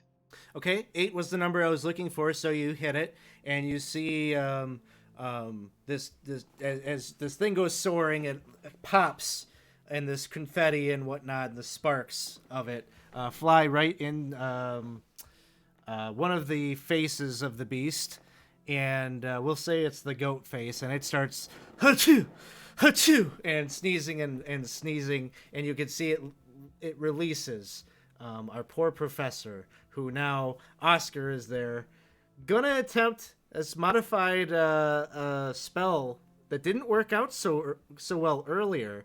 And I think it's even like 1 degree more difficult now because we got this large man versus all the tiny snails. And so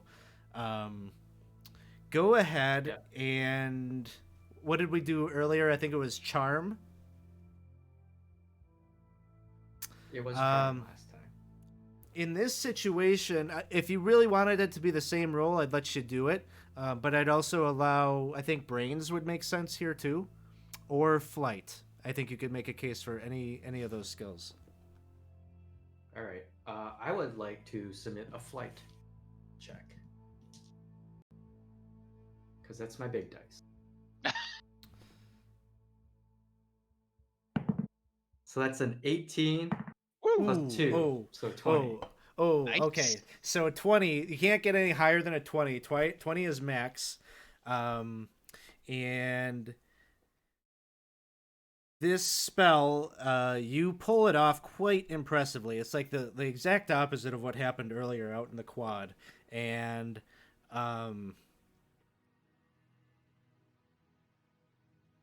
I mean, I would even go ahead and throw in some flavor on this as this happens. How do you think? How does this play out? How do we visualize this rescue?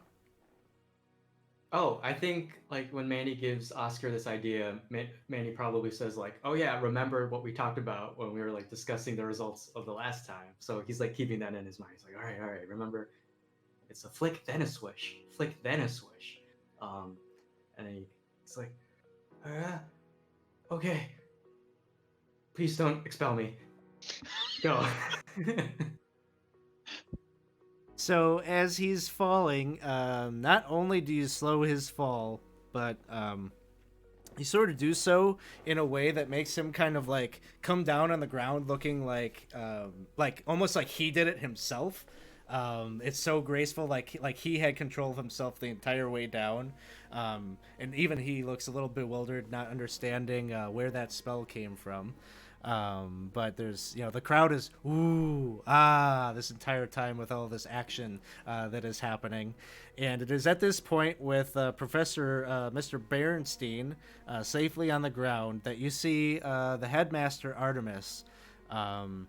She's I don't know, she's kind of got raven jet black hair that is very stylish, and she's wearing her headmaster regalia for this match. She just like waves her wand upwards and casts some kind of like almost like a thunder wave kind of push back spell that pushes this thing back into a portal, which seems to then she casts another spell that seems to seal up one of those pockets and seal that beast away, and it is now gone. And she gets over, like, she amplifies her voice magically for the audience and says, um, uh, due to this obstruction to tonight's match of Nodich, we are going to have to postpone this match. Students, please return back to your dormitories immediately and go into lockdown mode. Myself and the other professors are going to be patrolling the grounds to ensure that no more of these security breaches will open up, and so you will be safe. You'll be safe in your dorms. And she puts out the announcement, and you all have kind of the impetus to go back. But you gather up as other people are kind of shuffling out, and it's kind of a slow stream of humanity out the gates back into the regular parts of the school, and you all find one another once again.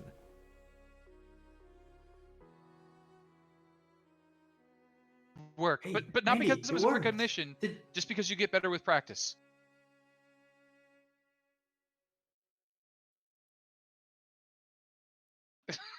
I know you. Hey, Cat. That was. Oh, thank You're you. muted. I could see how excited I was, but I just was like, okay. That was amazing. I knew it was you. I knew when he was. That was a great. And when Mandy orchestrated the whole, did you see that goat head sneeze? That was ridiculous. Oh, yeah, it was incredible. So, I mean, we basically saved the school. Just saying. I mean, you basically saved it. I think we saved the school. Hey, I just point to someone. Hey, we saved the school. You know that lame first year that everyone's talking about? He's gonna save everyone? No, that's us. We saved the school. No, that kid just makes more trouble. Have you ever noticed that? That like if he would just stay out of things, it would not be bad. I think it's Wasn't he the one who kicked the ball towards that growing hole anyway? Oh. No, you're right. This is why you don't let first years on your varsity team. I keep saying No. this. I know, and our team has made such progress this year. I mean, like, Yep. we really just can't have scrubs like that. Yeah, agreed. Yeah. I mean, we would have been at the halftime display like 15 minutes ago because we would have gotten a mercy game out of it if he hadn't been like taking the ball the whole time. No. It's like this kid doesn't So- understand the rules. Selfish. No. I don't think I think honestly, like, he's some sort of like legacy kid or something, so they're just trying to be nice to his dad. Yeah, I heard his dad was on the varsity team. Whatever. Oh, you do have a bit of goat snot. Cat, Do I? you were sort of under the hole. Oh, is it in my plume? Wait, hold on. I grab a little like empty vial and I just like swick it with my wand and just dump it in there. Someone No. blows their Shaking, the nose little and you feathers want to going- keep it? Spell component? I don't know. Yeah, you got it. Yeah, you're right. Like that thing obviously was super powerful. So you're smart. Yeah, what was the deal there? Is like going straight after Professor Berenstein? I know. And I said, stop, duck, get out of the way. And you know what he did? He went. Like he was just, still conducting and all angry at me because of the snail thing. But I was trying to save his life. So, Yeah. So, like today, recently, has anyone else had deja vu? don't you always, dear? I do, but I was asking if anyone else does because I saw that in the trailer. Remember? Oh, Oh that my one movie? gosh. You're right.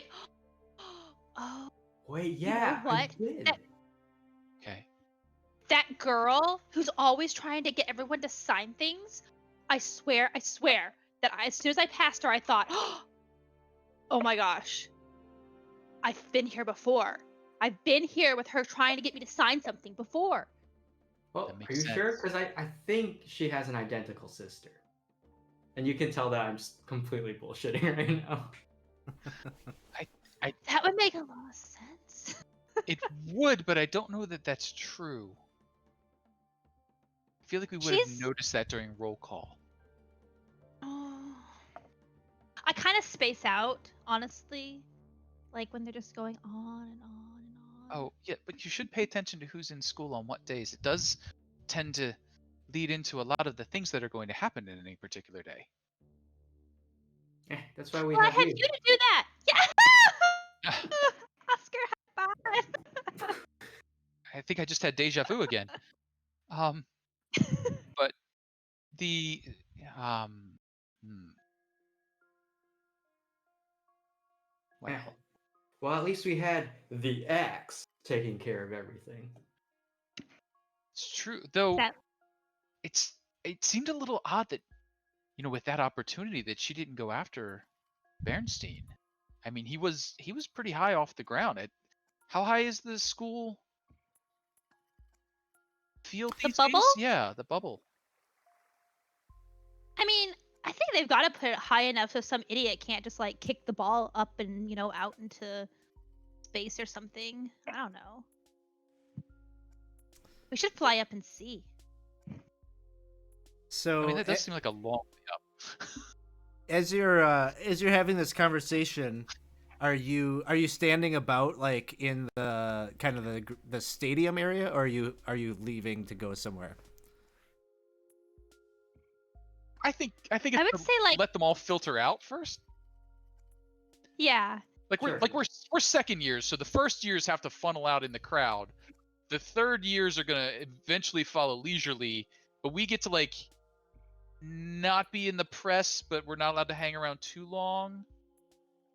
And Yeah.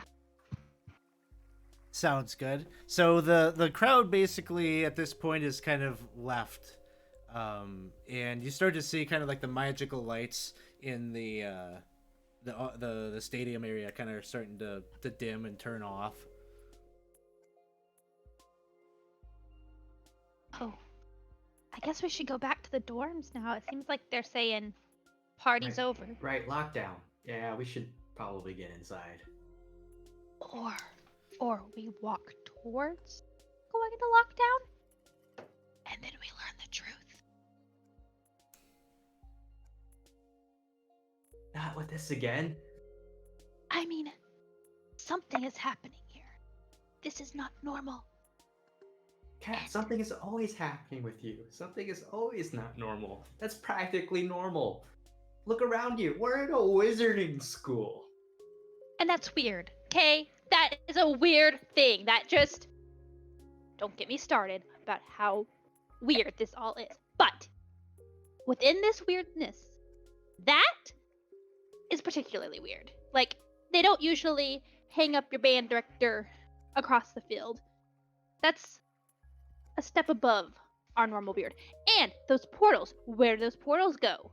Like, has anyone ever asked that question before? Have you ever? I'm pretty sure it's in the rule book somewhere. I just never bothered to read it. But There's a rule. Okay, Kat, I will indulge you. What would you like? Well, I'm glad you asked. So, I say we go towards the dorms, but then instead of going in, we kind of sneak off to the side, and we wait until everything's calm, and we see if we can find something out. We need to go to the teacher's lounge area, maybe like outside their window, and see if we can hear something. I do have a report due for charms tomorrow, so I'm in. Mandy?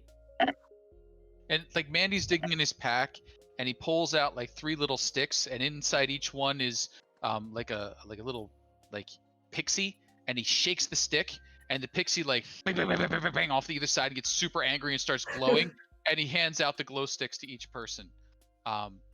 So it's gonna get dark. Thank you for your pixie stick. Thanks. So you all begin. You got your light source, and you're moving about, trying to kind of go with the flow of the crowd that's going back to your different living areas that you go would normally go to and would be normal, but you then want to like kind of break off the path, and it sounds like Teacher's Lounge is where you want to head, which would be in a totally different building. So you begin to make your way in the shadows and such, trying to avoid any like. There's definitely high security happening right now, and so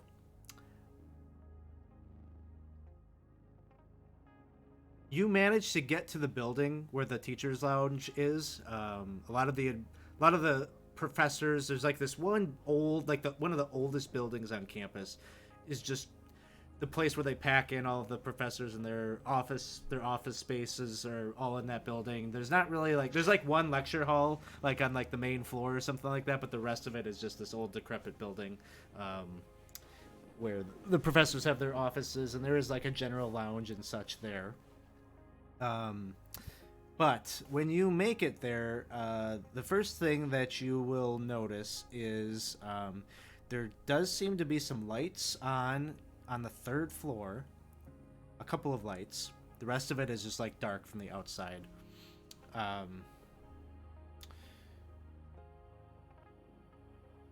And you also feel like you have only like maybe like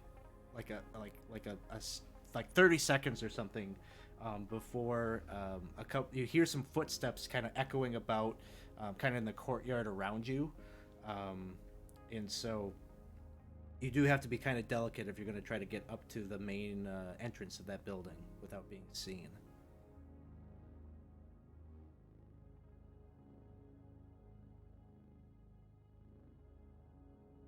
But you. Oh no, I was just telling you that we had. Oh, Real quiet. yes, we should be quiet or loud, one or the other, but either one fast. Oh, do we have our brooms? We could like. I didn't bring my broom to the game. You have to, because then you can be like sweep, sweep, sweep. Okay. All right. All right. Let's just. I'm gonna cast like a silence spell on us. Okay. Or, like, Okay. a need spell. I figure Oscar would be well versed in this spell. This I sounds saw like when we probably. swear I am up to no good. I think this is probably flight. Yeah, Flight check. that's what I was hoping for. So flight Flight check, check. and then a D4 in there because you're casting a spell. Oh, I got a 5 on the D20 and a 3 on the D4, so an 8.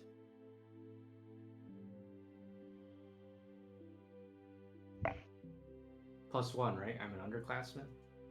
Yeah. Yeah. Yeah. Plus so 9. 9.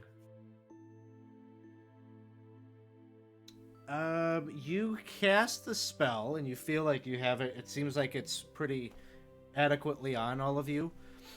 But then as you start to walk forward, you realize that one of you wasn't fully encapsulated by the spell. Enough so that as your footsteps are moving forward, you feel like from around the building where you're kind of taking cover, as you're moving forward and you're hearing your steps on the pattern of you're starting to hasten maybe your footsteps. The footsteps behind you are also speeding up. So someone is aware of you and is like following you right now. But you can't see them. They're covered by this building. So you just hear the footsteps coming your direction. It's not me. I'm wearing marching shoes. I'm roll stepping. So, one of y'all. Mandy like what? looks down, looks up, looks down, looks up like.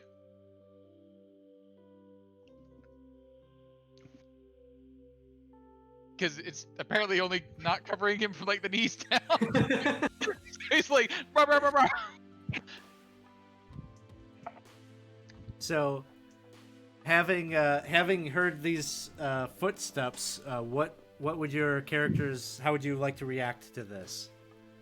Is it we're going to quicken our pace and get the heck out of here? Go towards the building, leave altogether. I think it's Go sprint towards for the it? building.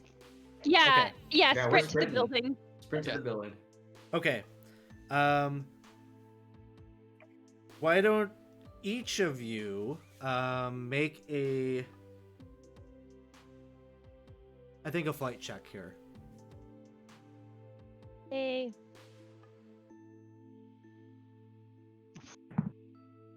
3 total.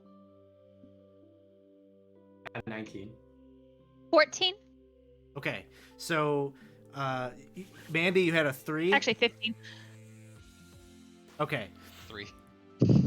so Kat and Oscar, you like zip it that direction.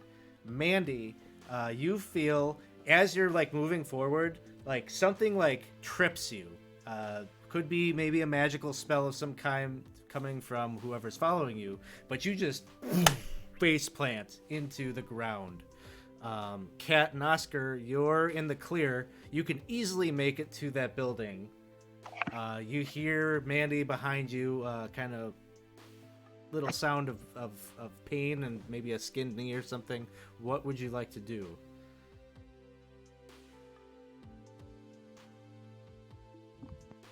Oh. I'm gonna try to like stop real fast and turn back and like try to reach my arm back to like yank him up. So I kind of paused. Okay, how about Oscar? Oscar's gonna keep running. Okay, Oscar, you keep running and you make it to the door. Not locked. You make it into the building. Kat, I think there's a couple of ways you could go with this. You're going to try to help Mandy up and continue running. What kind of check would you like to make to see Yeah, that I'm trying happen? to do. All right, so I think that this would be probably. Ooh. Either I'm grit. thinking grit Or because brawn, maybe? you had Grit? you know Okay, getting yeah. caught especially this late in the semester. You had a pretty good record. You know, you had a close call there with the music professor, but you just got a warning. You had to put yourself out there to make this stop to help Mandy up. So give me that grit check. All right, the grit check. Okay, here we go. All right, it is a 9. Okay, not even an issue. You're just like, maybe you don't know if Mandy would like rat on you, and so you're like, gotta cover.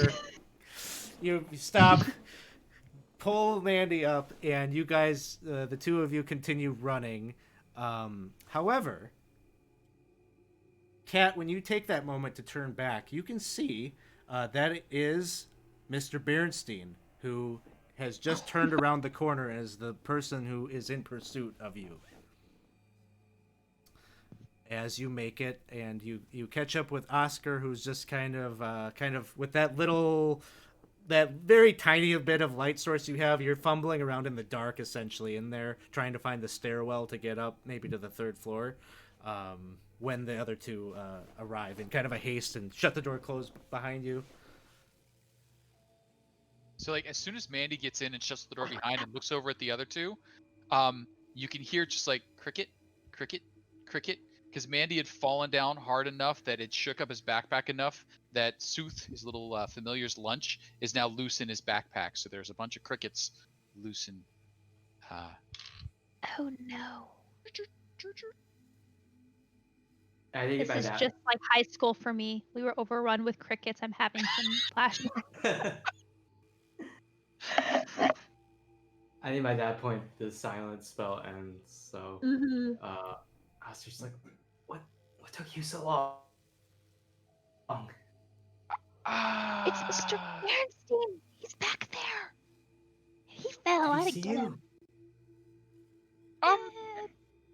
It's dark. Mm-hmm. Although, I am I rather conspicuous. Mandy. But there's a lot of people dressed just like you. That is true. We are. Though I don't think the Multitudes. door's gonna stop him long. It's not locked. Oh yeah, let's go. Let's go up, up, up. And like as we So- do that, like Mandy will like reach back and like click and lock it before it takes off. Sure. So you go ahead and like kind of there's like some kind of mundane lock that they wherever they get these doors Look. from from the non-magical folk have locks or whatever. So you lock the door. Not too sure how long that might stop him, but maybe it's a moment or two as you head up the stairwell to the third floor. As you get to the third floor, like I say, it's still dark up here in the hallway, just a hallway with rows upon rows of doors on either side with, nameplates of the different professors who during the day would occupy these offices. There's always that one professor that has all of his little newspaper clippings of little cartoons that he has like pinned to the door. Like that's a thing that happens. There's others that just have very basic bland doors. And others that just have like sign up lists of office hours and blah blah blah. Like every one of these doors looks a little bit different. But from down the hallway, The very political professor. Yeah. Every type of professor is represented one way or another down here. But you can tell that most of the offices are unoccupied, as would be normal. But one of them, you can see just kind of like the incandescent light or whatnot kind of glowing on the other side. Somebody is there, and you feel like you can hear like the sound of like a piano kind of like softly playing. Not like a full out song, just kind of like someone just kind of like tinkering with it.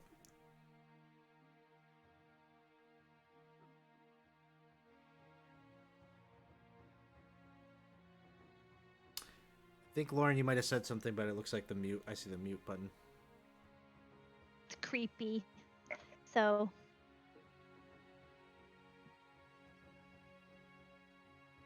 I think like as we're running down, Mandy's like counting doors, and we get to the one where the professor always has like the good snacks in a mini fridge. That's the one he goes to try. Like, we should hide out in here. That way we can listen and, have snacks. Yeah, good idea. So you go and you hide in this this one. Well, so the door would be locked. How would you like to deal with that?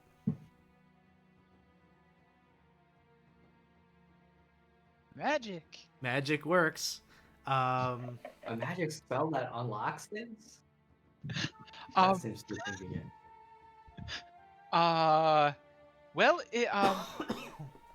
I'm hoping for a keypad or a password, and maybe I'll be able to see which one would get us in,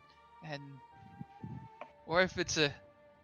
It's just like I a know. mundane You could see the lock. future with him putting it in. So in terms of, I don't know, if you're going to use a magic to try to like unlock this door or something, probably pretty basic magic to do so. This isn't like a super secure door.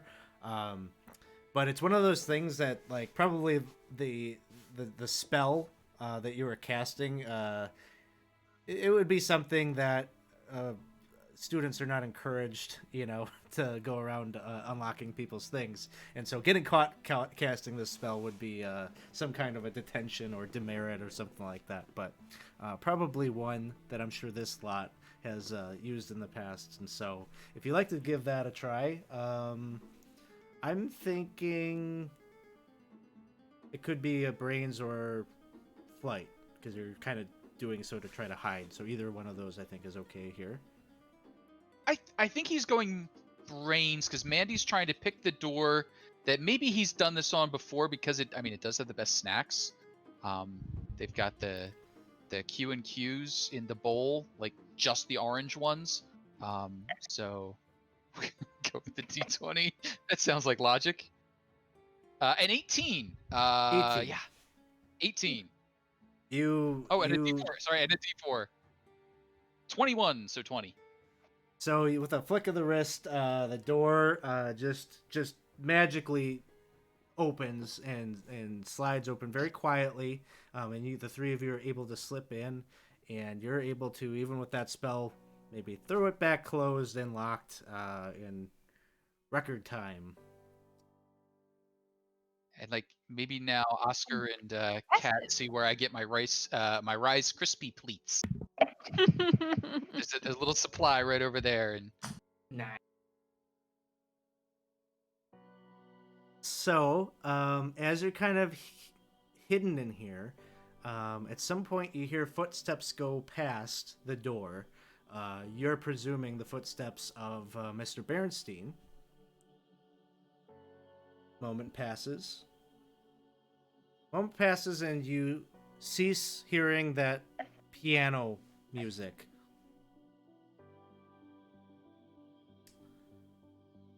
Oh, listen. So our ears against the wall. Cat, give me a brains check. All right.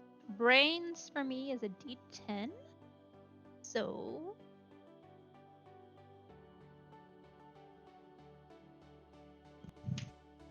And that's a big 4. Big 4. Okay. Take an adversity token. That'll be a failure.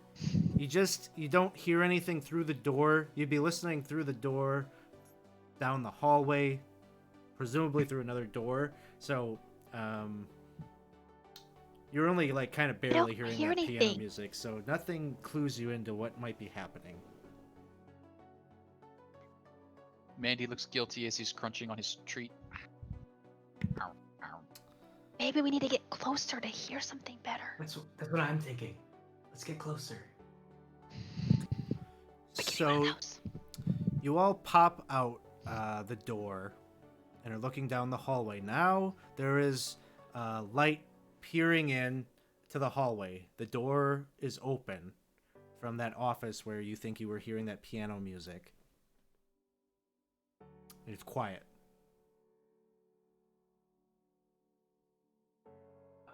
Approach.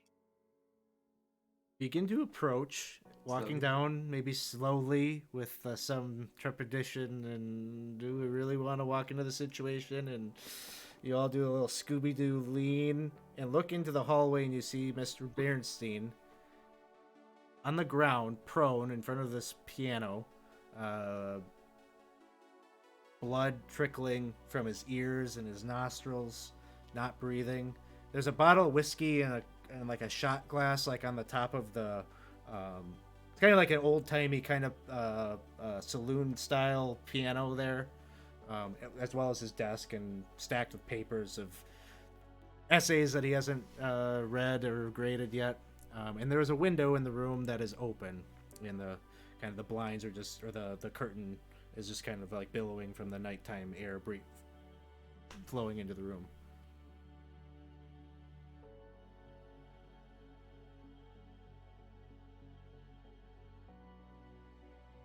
So I think like Mandy's at like floor level, and then maybe Oscar and then maybe Kat are like head sort of leaning out, and Mandy just sort of like looks up like one to the next, and then back down, and then like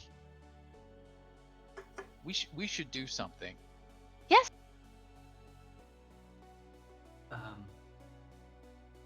We should go get someone, I guess. Or maybe one of us go and two of us go and one of us. I don't know. This is freaking me out, guys. Kind of loosen it a little. And like the window's open and kind of blowing in. He's laying there, ears bleeding.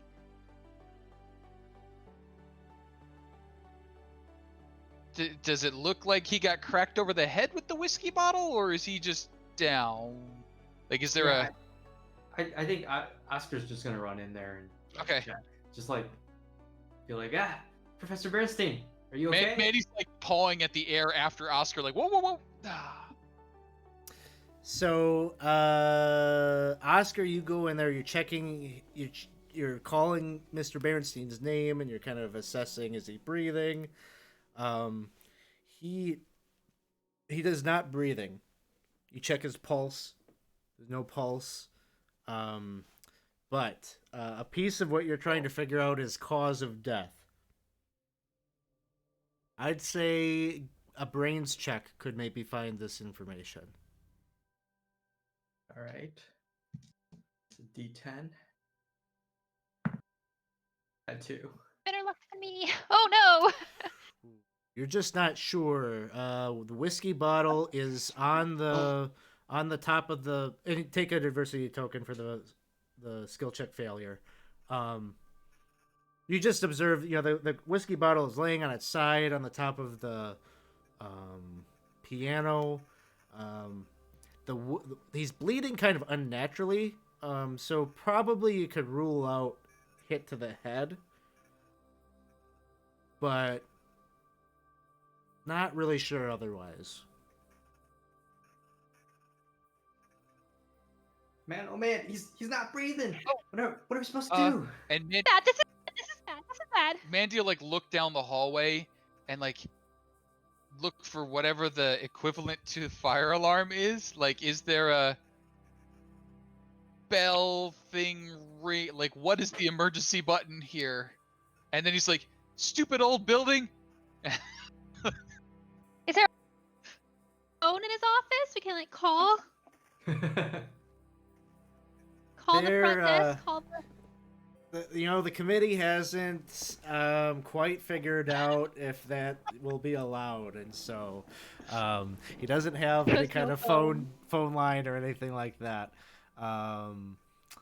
But I think there is some kind of a break the glass to hit the fire alarm kind of thing that exists.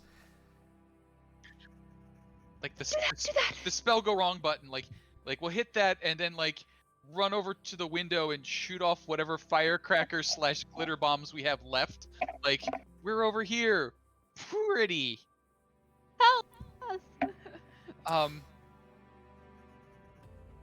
So intention is to kind of signal help. Yes, Yeah. From somebody official, sure. Yeah, we're over our head. He'll look in the mirror digger, digger, digger, digger. That never works. So, probably something I should have discussed with you all before we started the game, but it's sounding like Avernus, we're probably not playing that next week. Would you all be? Are you having fun? Do you want to wrap this up quickly tonight, or should we play another session of this with the same story and give it a little bit more meat? I think we could give it a little more meat next week. Okay. Yeah, I think if we wrap it up next week would be Yeah. Because good. this is feeling like it'll that's probably good. be a good spot to end this session if we wanted good to do it spot. that way. So Yeah. I think you do Yeah, this yeah. and you alert, you make big noise and everything, and there's going to be some of those people that were searching around the campus to try to find out where these that chimera earlier had come from. They show up, as well as the headmaster who is kind of leading up that front. They're going to interview you and ask you what you knew. You're going to get kind of a little slap on the wrist for not obeying the the lockdown protocol, but ultimately it'll be decided that you all, well, I think there's a possibility for some danger here in terms of getting into trouble. So maybe we should have a skill check there. We witnessed a teacher die. I'm almost certain we get easy We witnessed A's that out thing. of the whole semester for that. It's if a roommate dies or you witness a teacher die, you get Yeah. A's all semester. It's in the handbook. It is. And also, whatever killed him is so far over our, skill level that, it's clear. Yeah, We're- I don't think anybody suspects you of murder, but I think it's more the you could have put yourselves in harm kind of thing, and you need to be punished, otherwise this sort of behavior will just kind of continue. I kind of like what Mandy is going with in terms of hey, we're grieving and we just saw this guy die, we don't know what we're doing. If someone wants to give me a charm check with that as your rationale to try to get out of the situation and maybe get a little leniency. All right, I'd love so to entertain that. a question: can you how many of the adversity points can you add on? Just one per No, check, or I've got you can several stack it. things up You can here, stack so I them. can stack. Okay, Load 'em okay. all up. So I And will I'll say do- that this is load 'em you've- up. you've got time here too. So like if others have adversity tokens and you want to throw them on this check, like you can help each other in that way. Like you're all putting together the story, like building off of the previous person's point. Yeah, I'll toss So him a does mine. Oscar have the best? Do you have the best charm? I have a D8 for my charm. So like, who is Oh, anyone my better? charm's D12. Yeah, my charm's Okay, a yeah. So D12. we're giving you all the points. I have 3, so you have 3 of mine. All right, and I'll throw one of mine in as well. So it's +4. Mm-hmm. And you can wait. You can wait till you see the roll. I won't tell you what the number is Oh. that you Okay. need to meet. But like, if you Okay. get it a really good roll, and you're like, I think we nailed it. You I can don't need that. save them. Well, I rolled a 10. Okay. And then you said it was a So, D12. It's a It was a D12. D12. Okay, so and 10. then I add 1 because I'm an underclassman. So 11. Right. So 11. So that's pretty good. I maybe I'll keep that. I won't spend my adversity token. And you don't Okay. have to either. Okay. So I think, so a 10 is like something that is 11. reasonably 11. difficult, or an 11 is same range. I think. Let me just read you what the definition of that 10 is. It's always tough when you go from system to system and like your normal, like you think 10 is like that's just average, and like no, in this system it's like this is amazing. And so yes, for this Yeah, one, half like of our dice can't even get that high. Yeah. right. So a 10 to 12 is a task where success is impressive but expected for those skilled at it. So I think that if you're exactly like a 10 was kind of what I was thinking. So an 11, you manage, you've gotten yourself out of a shared number of troubles like this before, and so you're able to kind of sweet talk the headmaster into just being like, all right, like- well, off to bed with you You're all. gonna find and... my fingerprints on a body. But oh god. I touched a dead body. I touched a dead body. Wait until my dad hears about this. I touched a dead body at the school. Your dad, who's currently running like some online book selling company that Yeah. is going to become big in a few years. All right. Well, I think that's a good place to end it, with you all heading off to your rooms. Maybe not getting a whole lot of sleep tonight as you're running through this crazy situation that just happened, watching your professor, Mr. Bernstein, kick it. And you don't really know who or what happened there. So we'll pick it up. Let's do another session of this next week, Wednesday. Folks out in the audience, if you had fun watching us build out this world and kind of get started on the story, we'll play another session of Kids on Brooms next week, Wednesday at 7 p.m. So come back and check out what the conclusion to our story looks like. In terms of schedule for this week, Casey, I think you've got some more Forge of Fury happening tomorrow night at 7. Sure do. What's Tomorrow night on, at the 7, docket? they get to the actual forge itself. So if things go well, there will be some dark dwarves, some forging, and probably figure out maybe who the big bad evil is. Maybe, depending on how far along they get there. But should be fun. So, this one's a flip a coin, whether it's very combat heavy or very talky heavy. So I think it's gonna go combat-y, but it's a coin toss as to how they You never know what those players will do. they're just chaos in a bucket. But it's fun. Well, that so, sounds good. That's setting up. So that'll be tomorrow night at 7 p.m. No community campaign game this weekend, but there's a couple of things happening Saturday and Sunday in the evenings. So come and stop by and check out everything that's going to be streaming over the course of the weekend. Let's see. Why don't we give a raid to... Let's find somebody on our list here. Let's give a raid to our friends over at Defenders of Kobold and see how they're doing this evening. So feel free to join the raid. Thanks everybody again. We will see you all soon.